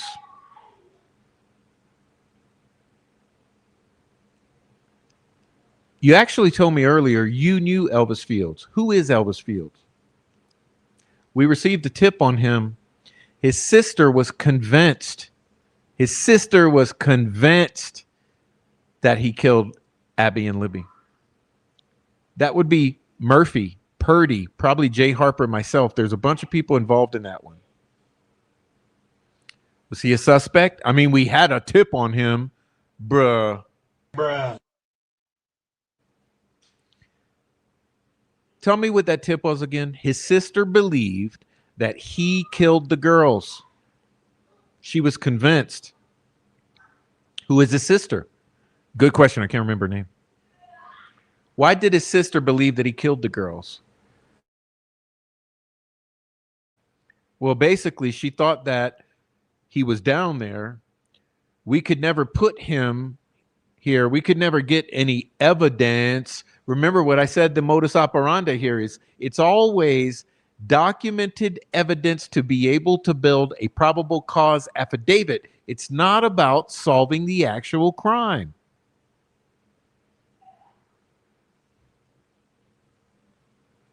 We could not get evidence to put him close to death. Okay, did you try? Yes, we interviewed him. We interviewed the sister. We interviewed his roommates. We interviewed multiple people. I'm not sure. I'm not sure if he had a phone. I know he didn't have a vehicle or anything like that. But yeah, we tried. We exhausted every investigative lead on all these people.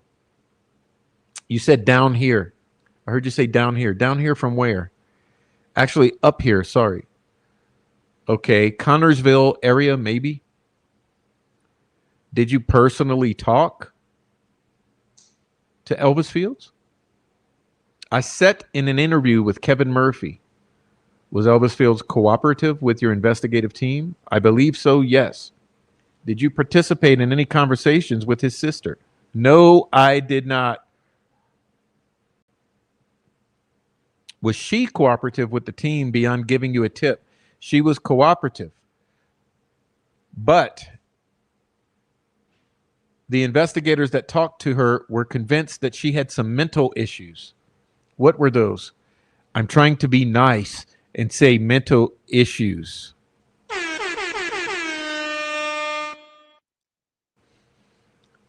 Be honest. They just said that she was crazy. Was the term, I believe, that she was just out there and none of the information was making sense that she was giving them. What was the information? Well, you'd have to ask. Kevin would know, or I'm not sure. Jay interviewed her, but it was Rich Davies too, maybe.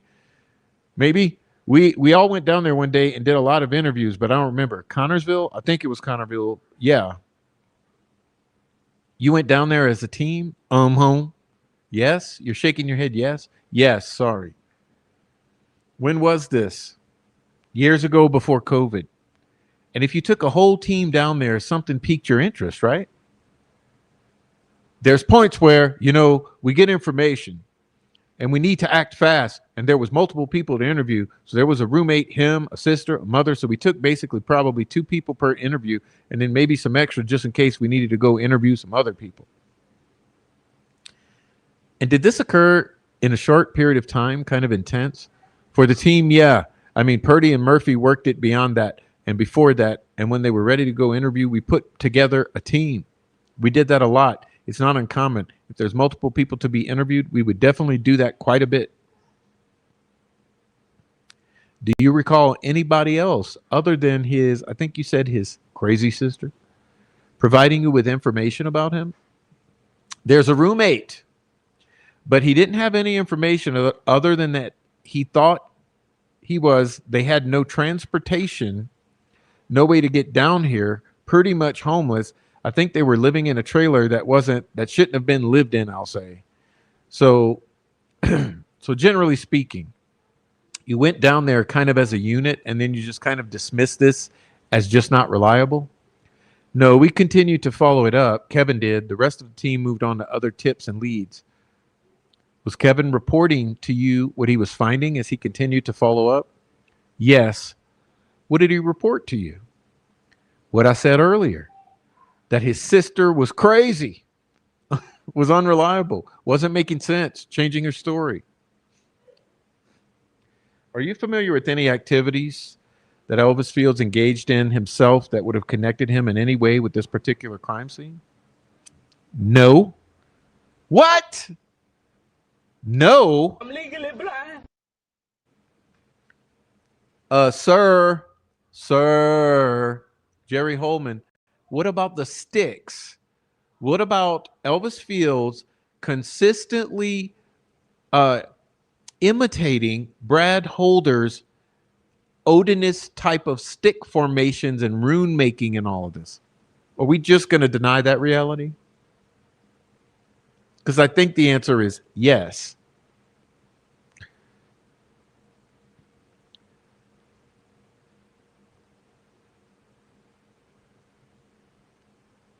Again, are you familiar with any activity that Elvis Fields engaged in that would have connected him in any way with this particular crime scene? The answer is no.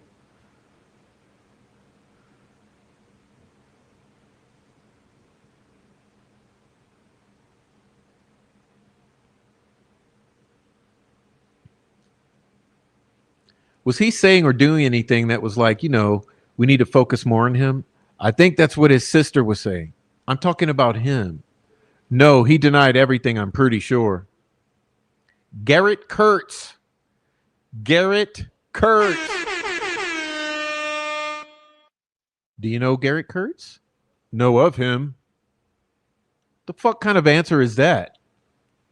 Do you know Garrett Kurtz? Know of him. Distancing? Because everything else has been a yes or no, yes or no, yes or no. We've been through a whole list, yes or no, yes or no, yes or no. Now it's know of him. Was Garrett Kurtz a suspect? We received tips on him, same thing. I would consider same thing as like multiple, but you got a few here as Daniel Nation. He committed a couple of crimes that people thought because he committed those crimes, he killed 2 girls here in Delphi as well. But he was eliminated pretty quickly. Oh my God. Bruh. Eliminated quickly. Alibi? I know he was interviewed by Tony Ligon and David Vito, maybe a couple of other troopers from up north. Yeah, there was never, ever, never, ever. What was the other one? Very, very, very, very, very, very. Okay. Now he's saying never, ever, never, ever, never, ever. There was never, ever, ever. There was never, ever any evidence connecting him to Delphi. Well, he did have connections here, but to the crime scene, What were his connections here? He had family and friends that lived in the area.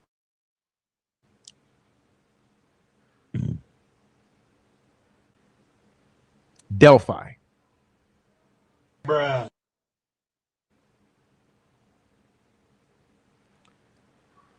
Do you remember if he submitted to a polygraph?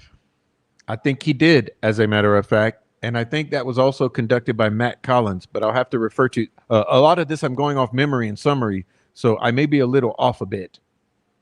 Are you aware of any connection that Garrett Kurtz had with either of the girls? No? Whoa. Garrett Kurtz was shaboinking Michaela Babcock. That's a direct connection to the girls. How does Holman not know this?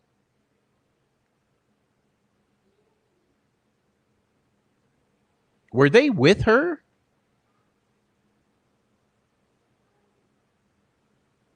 Remember, she's a nexus to all of these parties, right?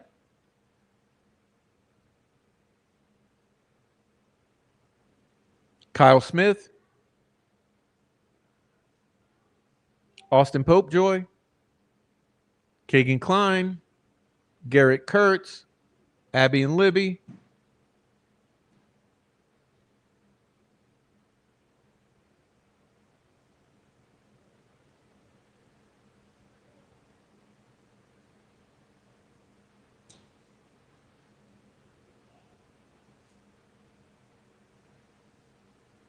There's no way he should not know that.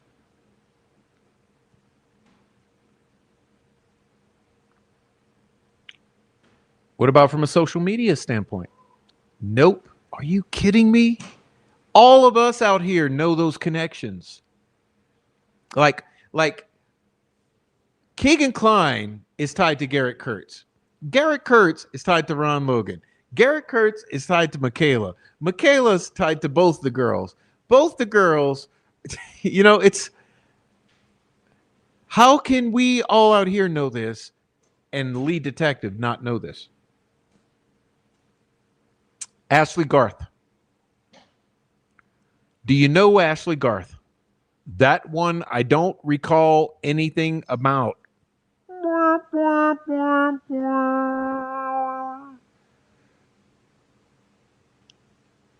So if I ask you all these questions, your answer is going to be I don't know. I have no clue on that one. I could probably find some information, but I didn't have a chance. Do you know if that's a girl or a boy? I think it's related to Garrett Kurtz. I think it's a girl. I think it's his co-defendant that he killed up in Newton County. So Garrett Kurtz killed his girlfriend. I think Ashley Garth was involved in that, but I don't know. Sounds like you do know, bro.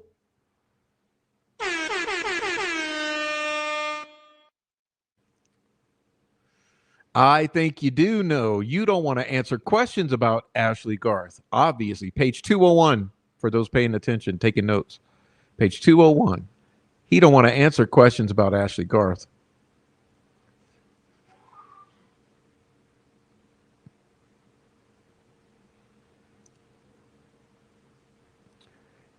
In this day and age, it's tough to tell. Yeah, I get it. It's just odd there would be a woman on here. Nick's probably mad at me for rambling on about that because that's what I believe, but can't confirm that. What?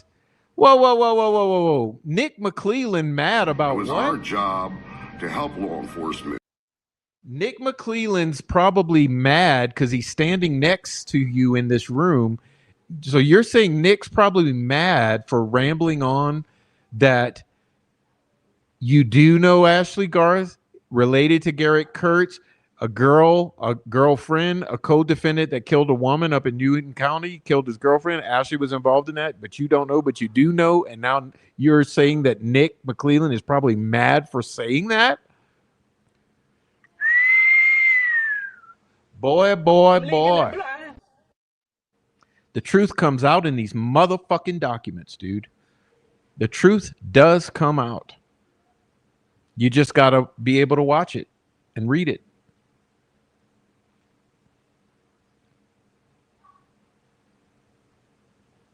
All right. Gabe Ellis. I don't know Gabe Ellis.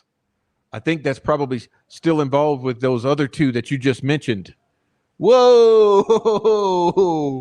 Oh, you don't say. Gabe Ellis. Well, I don't know Gabe Ellis, but I think that's probably still involved with those other two you mentioned. You mean Ashley Garth and Garrett Kurtz? Gabe Ellis, Garrett Kurtz, Ashley Garth. You do know him, but I don't. Maybe connect. I don't recall Gabe Ellis at all. So if I ask you all those other questions, your answer is going to be I have no clue. No clue about Gabe Ellis. You have no recollection? No recollection of Gabe. No, McClellan might be mad at me for mentioning it. Bruh. So let me ask you this. So we've got a list here of about 17 people. Which of them do you believe may or did have ties to any kind of extremist or fascist or hate groups? Just Patrick Westphal and Brad Weber. Sorry, Brad Holder. Ron Logan, no? I don't think so. I know you're not looking at the list, so I know. So I'm going to accommodate you. Keegan Klein? No. Tony Klein? No. Liebert? No. Jimmy Dale Duvall? No. Brad Holder? No. Yes. That's a yes. Rick Redhawk? I don't know. Michael David Schmidt? Don't know. Patrick Westphal? Yes. Thomas Lincoln Wallace? Don't know. Brad Weber? No. Daniel Nation? No. Derek German? No. Elvis Fields? No. Garrett Kurtz? No. Ashley Garth? No. Gabe Ellis? No clue. Bruh. Why no clue? Why no clue on Gabe Ellis? Like, these are the things that stick out, man. Why no clue when it comes to Gabe Ellis? Again, these are kind of broad sweeping questions. But of this whole group of people, you've mentioned that Holder and Westphal were more connected. And you thought that Kurtz, Garth, and Ellis may be connected. Possibly. This is not a matching game, right? I get it. Are there any other players here that I mentioned that you think are connected with some other person on this list? Just Tony and Keegan. Okay. Yeah, right. That's a good point. So Tony and Keegan, right? And other than that, the only other connections would be Holder and Westphal, and then possibly Fields, Kurtz. I'm sorry. Possibly Kurtz, Garth, and Ellis. Kurtz, Garth, and Ellis. Correct. Correct. Kurtz, Garth, and Ellis. So you may want to look at the list just to make sure. I trust you. Okay, that's dangerous. Give me a few seconds here. Sure.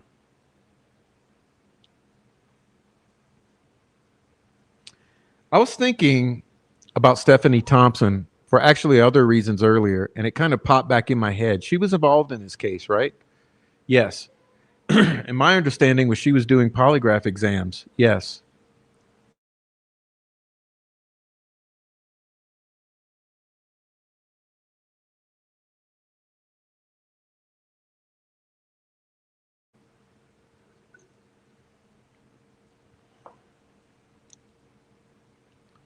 Was she doing anything? Which technique was she using? I'm just curious. The preferred technique that the state police teaches? I don't know what it's called.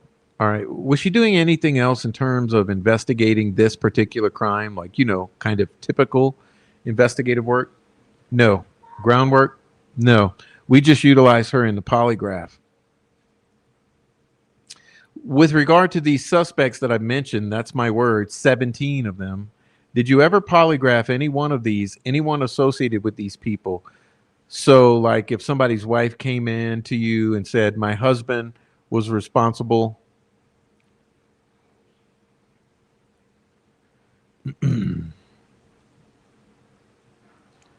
for this, did you conduct any polygraphs kind of at a second level, if you will? On that list? No. Do you want me to read the names again? No, I'm familiar with the list. We've done that. Okay, tell me for who. I know we interviewed or polygraphed a guy's mother. You're going to have to give me a minute of it. I'll think of it. I'll text you at 2 a.m. How's that? I don't give out my personal number. It's too dangerous. What the fuck? Bruh. Oh my God. Rossi is that little motherfucker can be hilarious at times. I'll text you at 2 a.m. How's that? I don't give up my personal number. It's too dangerous. Give me a minute. I'll think of the name. But somebody's mother, you started there. Yes. Was it a local, or do you know if it was somebody from afar? It was, I believe, over in the Kokomo area. Do you remember in this circumstance why you did it? Kenneth Johnson. Kenneth Johnson? I believe so. What was it?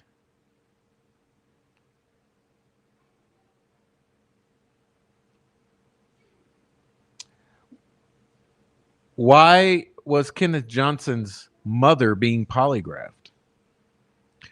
Kenneth Johnson worked at Indiana Packers, took the day off. He was getting disciplined for pulling a pig's ear. For what? What? Pulling a pig's ear? That wasn't an expression? You're talking literally? Yeah, yes. Okay, go ahead. Pulling a pig's ear. So there were some other people involved in an investigation, and they thought he was a registered sex offender. So they polygraphed him, and it was inconclusive. Another one. His alibi was his mother. Another one. Polygraphed his mother, and she passed and said he was at home during the time frame. And then non-preferred technique or preferred? Preferred technique. And then he was re-polygraphed later by Matthew Collins. I can't remember who did the first one, but he passed the second one. His mother passed the first one.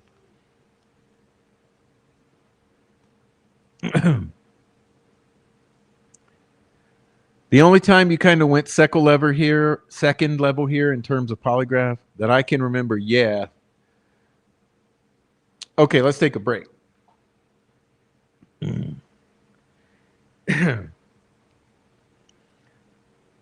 I mean, pulling the pig's ear. Hey, Dr. Corbo, is Dr. Corbo still around? Can we please find a can we find an esoteric meaning of pulling a pig's ear? There's got to be some explanation. So apparently, at the pig slaughterhouse, you can do a lot of things, but one thing you cannot do is pull a pig's ear.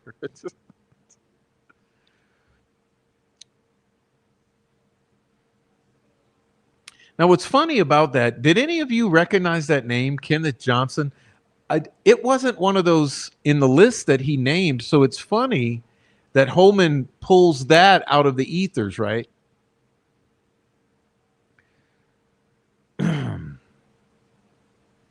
Just let me see. Give me a second here. Got to do some things without crashing my stream, hopefully.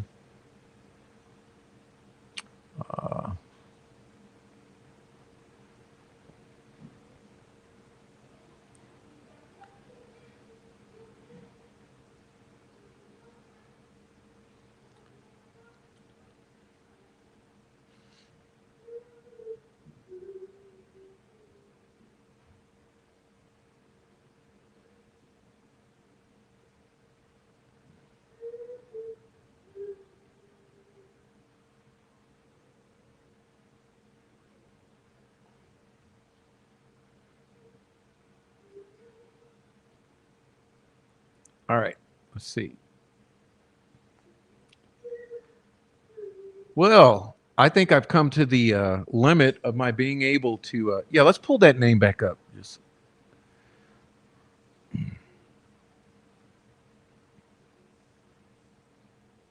Kenneth Johnson from the Packers. Kenneth Johnson's mother. He was getting disciplined for pulling a pig's ear. Oh my God, man. Well, anyhow, listen. There are many jokes I could make. I'm going to refrain from saying anything further about tugging or pulling on anything or anything of a pig or any pigs. But okay. I'm at the limit of my ability to keep reading. Yeah, my eyes are tired and my voice is tired. So we'll pause there because another break is taken there. And we'll pick it up on part 4 next time. We'll pick up from there, okay, from this point forward. So that'll be the end of this portion of the deposition. But I think that covered the most interesting thing. Like we went thoroughly through that entire list of suspicious individuals who have been repeatedly named over the years in this case. And so that was pretty interesting to go through that stuff. And I think there are some tidbits that we extracted from that tonight. So hopefully, for those of you who just sat here and were totally engaged in the chat, you might want to replay that section of the read through, because there were many good tidbits that we extracted from there that are things to keep in mind. And I know there'll be even more in the next one, because they get deeper into the crime itself in the next segment that we'll be covering. But I think like the most immediate thing that sticks out in my mind is the lack of thoroughness, the totally negligence, the total negligence of this entire investigation, right? All of those instances I called out where he didn't know anything. He claimed not to know anything. He didn't research anything. He accepted all the alibis at face value and blah, blah, blah, blah, blah, blah, blah. Just a total lack of due diligence. And you're talking about the lead investigator. Remember, they didn't even discuss that very first point that surfaced was that they didn't even think about or discuss the possibility that the voice and the shadows and the possible other people in that recording were other people. They didn't even consider that it could have been someone else.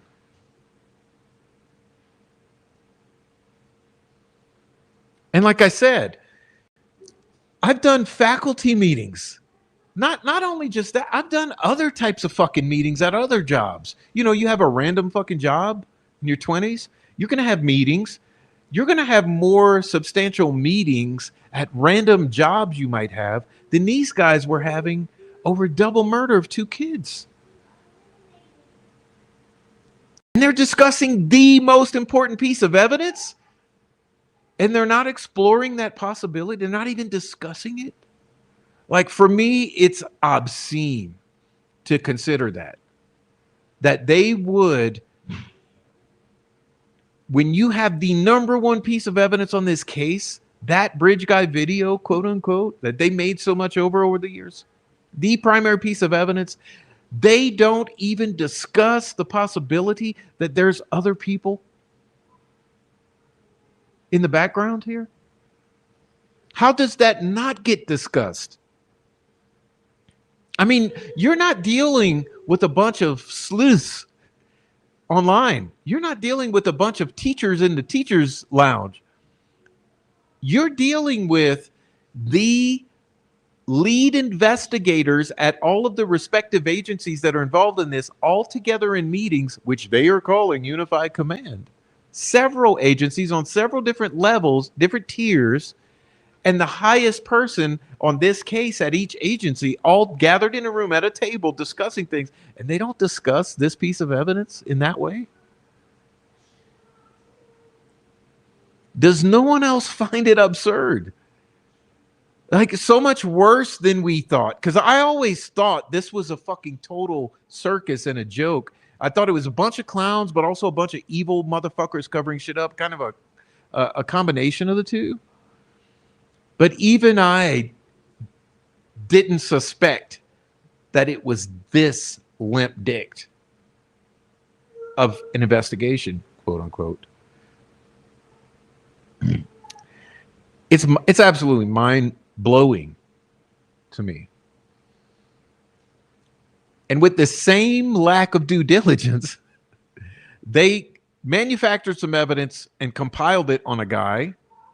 And in the same way that it's the totality of evidence that cleared Ron Logan and cleared Keegan Kline and Tony Kline and this one and Garrett Kurtz and Ashley Garth and all these others, they use that same concept of it's not any really one thing, but it's the totality of that makes Richard Allen guilty. And they brainwash the media or the people who were speaking on their behalf. They gave them those talking points to go forward with that, so that even during trial and immediately after trial, pre-sentencing, they had the troll farm out here, or those prosecution shills, as we call them, going and repeating those very same talking points, that it's the totality of evidence or circumstances that convinced them of Richard Allen's guilt, or They even had the family say that. Remember, the family said that in the little Rafael Lopez 5-minute interview that they had to turn the comments off on YouTube because that comment section got absolutely blasted. It got ratioed where you had 85, 95% of people like blasting the shit out of them. So they had to turn off the comments. But even the family could not say that they were convinced of his guilt or that there was one big piece of evidence. They had to say it just like Holman just said, and just like these state actors were saying that, no, it's not really one thing. It's kind of the totality of circumstances that convince us that he's guilty. They proved that Bridge Guy killed the girls, and they proved that Richard Allen was Bridge Guy. Therefore, Richard Allen killed the girls, which is absolutely insane. Any of you who can think for yourselves of any logical reasoning at all, you all know that's absolutely insane.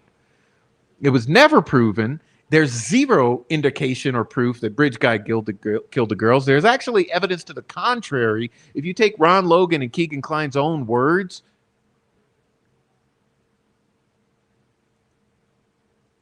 and there's zero proof that Richard Allen is Bridge Guy. There's actually the opposite, because all indicators are that he is not Bridge Guy, because the person that appeared to be Bridge Guy in both sketches do not appear to be Richard Allen. All the various witness descriptions do not describe Richard Allen at all, who you would describe as a short, tubby man or whatever, a short, chubby man, or a short, pudgy man, or a short, older man, or something. You would definitely say short first thing out of your mouth. All the descriptions did not say that. They said the opposite. They all differed. The sketches differed. Nothing matches Richard Allen. Even Richard Allen don't match Richard Allen or to being at the time and place that they say he was there, because he says that he said he was there earlier, and they say that he said he was there later. So absolutely nothing fits, okay? None of these puzzle pieces connect, which is absolutely insane. None of it connects. But they will go to these extreme leaps of logic to make it work. They will assume that the person captured on this mysterious video killed the girls. They will assume that he's the only one in there and that there's not others. And to the extent that they didn't even ever fucking discuss it among the team. They'll assume that Richard Allen is that guy. It's just an incredible chain of inconceivable leaps of logic that you have to string together to be able to accept that. And it's documents like this. And remember, this is a transcript of a videotaped deposition given under oath. So it's documents like this that give us just a little insight into the inner workings. Because trust me, everybody lied. No one will ever tell you the truth from this group. So all you can get is these little glimmerings of the truth, which is what you're getting here. Because it's giving you just a slightest peek into this moment in space and time where he was put in the hot seat. A tape recorder was put on, or video recorder was turned on, and he was under oath, and he knew he had to answer those questions in some sort of way to avoid some prosecution in the future. Which doesn't necessarily mean totally honest, but it means somewhat technically unimpeachable responses. And if that gives you any sort of that little glimpse that you get into this gives you any indication, it's the indication that this was an absolute fucking shit show. A circus. I would guarantee that the majority of you out there have done 100 to 1,000 times more work on this case than any of those mentioned, period. I would bet that most people watching know 100 times more than any of these people intimately involved in this investigation, period. And that should send shivers down to your bone. Remember, I said he got a ritual sentence, 130 years, 13013. They attempted to announce his verdict at 213, and only the grace of God and a train passing stopped that from happening by minutes. But if they can come together and do this to one person, they can do it to any person, and they will.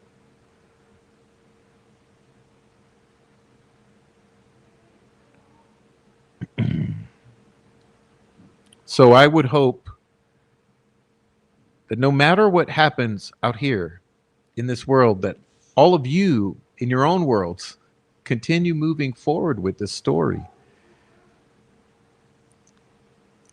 You know, I've said before, I'm personally tired of it. I am absolutely exhausted from discussing this thing. I really don't want to discuss it anymore, but I wish that the whole world would, so I don't have to. You know,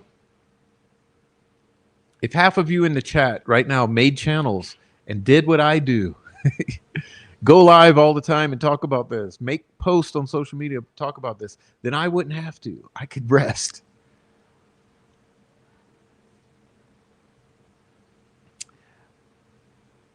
I think all these people out here that chased behind Karen Reed and chased behind Brian Kohlberger and chased behind, I don't know, all these high profile cases, I wish that they would chase behind this case with the same amount of energy. This case could use 10 times the number of creators.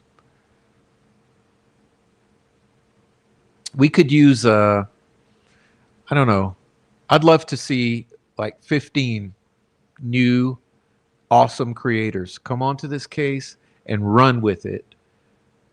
Critical analysis.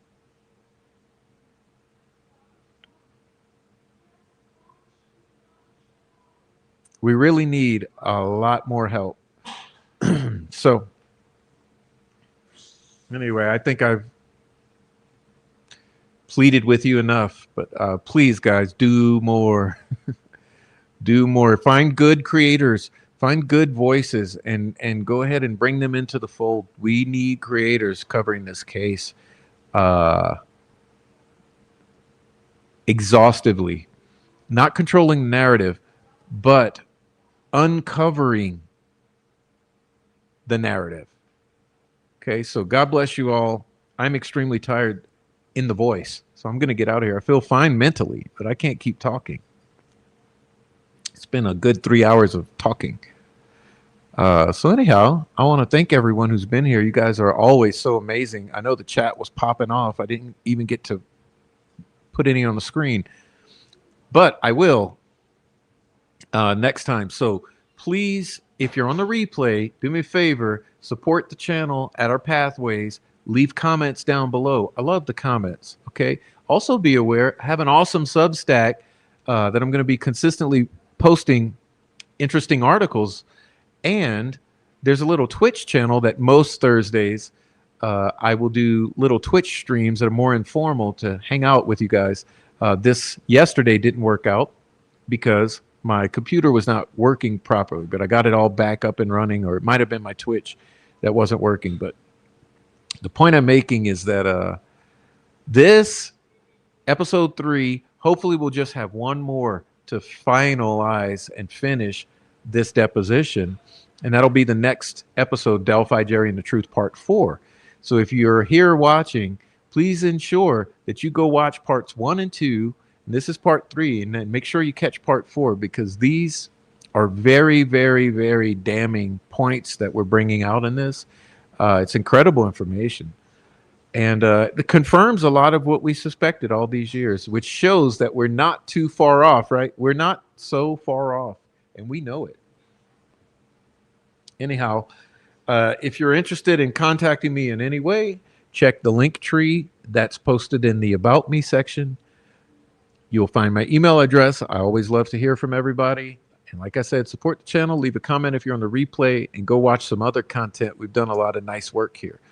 Anyway, let me say goodbye to my people here before we leave. That's Hebby, Heather B.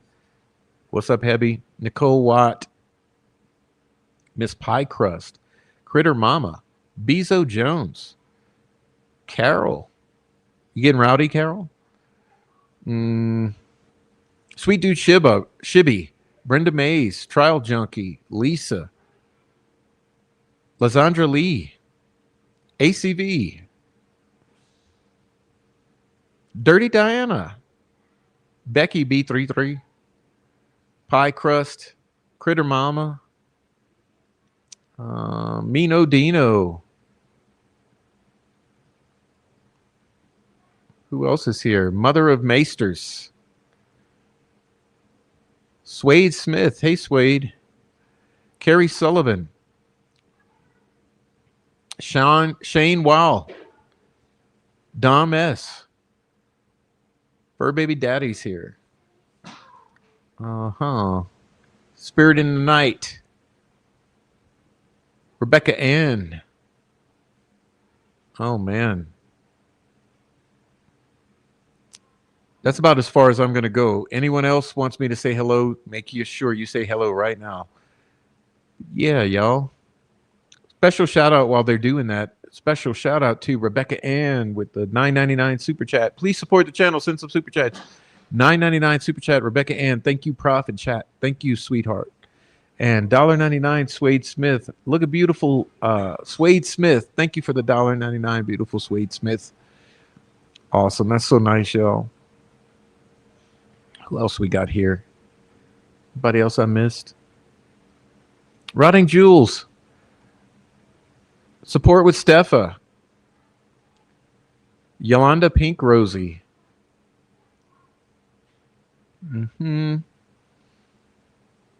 probably skipping people. I apologize, but try to catch you as I see you here. All right.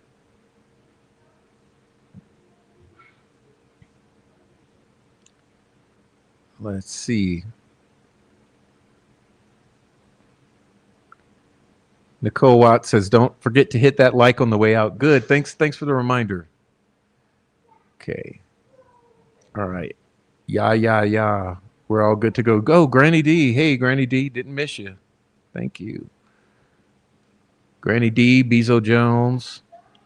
All right. Brenda. Trial Junkie. Critter Mama. All my favorites. Okay. I love y'all. See y'all later. Thanks for being here. Let me see. Thought I got a text.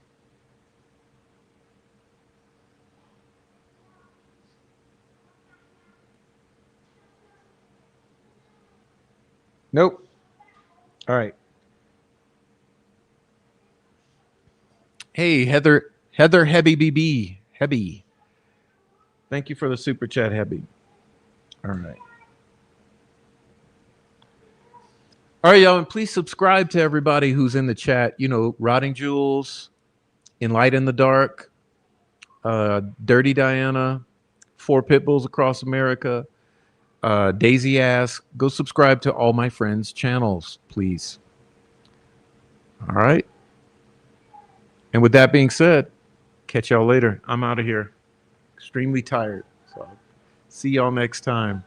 Happy Saturday.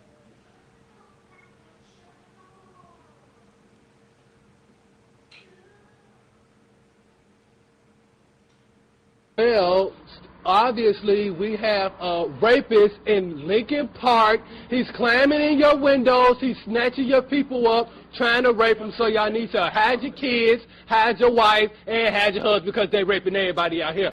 Bruh. It's not productive. It's kind of gross and icky. And I feel like it tells us more about them than the people they're trying to degrade. They're always trying to degrade someone.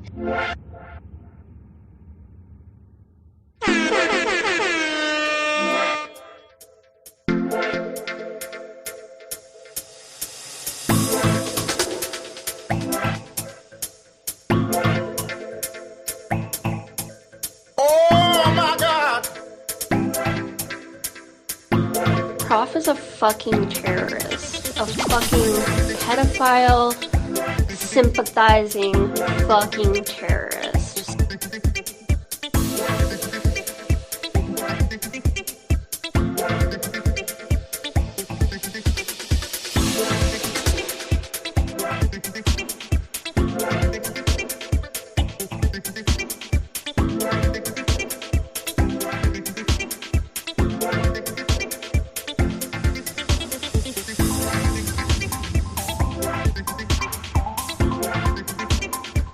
It was our job to help law enforcement. It was our job to help law enforcement. It was our job to help law enforcement.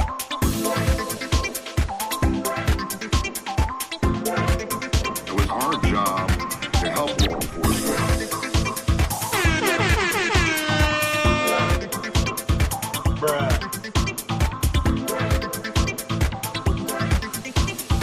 Prof is a fucking terrorist. A fucking pedophile, sympathizing fucking terrorist. It's not productive. It's not productive.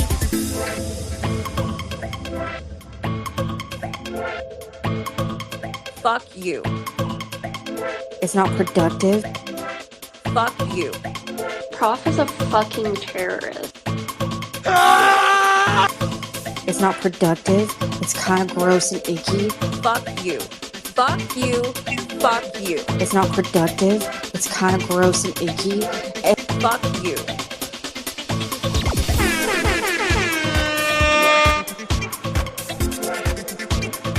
Oh my God! it's not productive. It's kind of gross and icky. And I feel like it tells us more about them than the people they're trying to degrade. They're always trying to degrade someone. It's not productive. It's kind of gross and icky. And I feel like it tells us more about them than the people they're trying to degrade. They're always trying to degrade someone.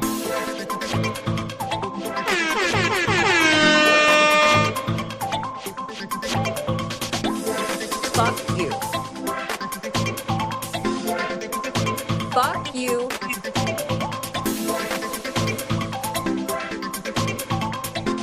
Fuck you.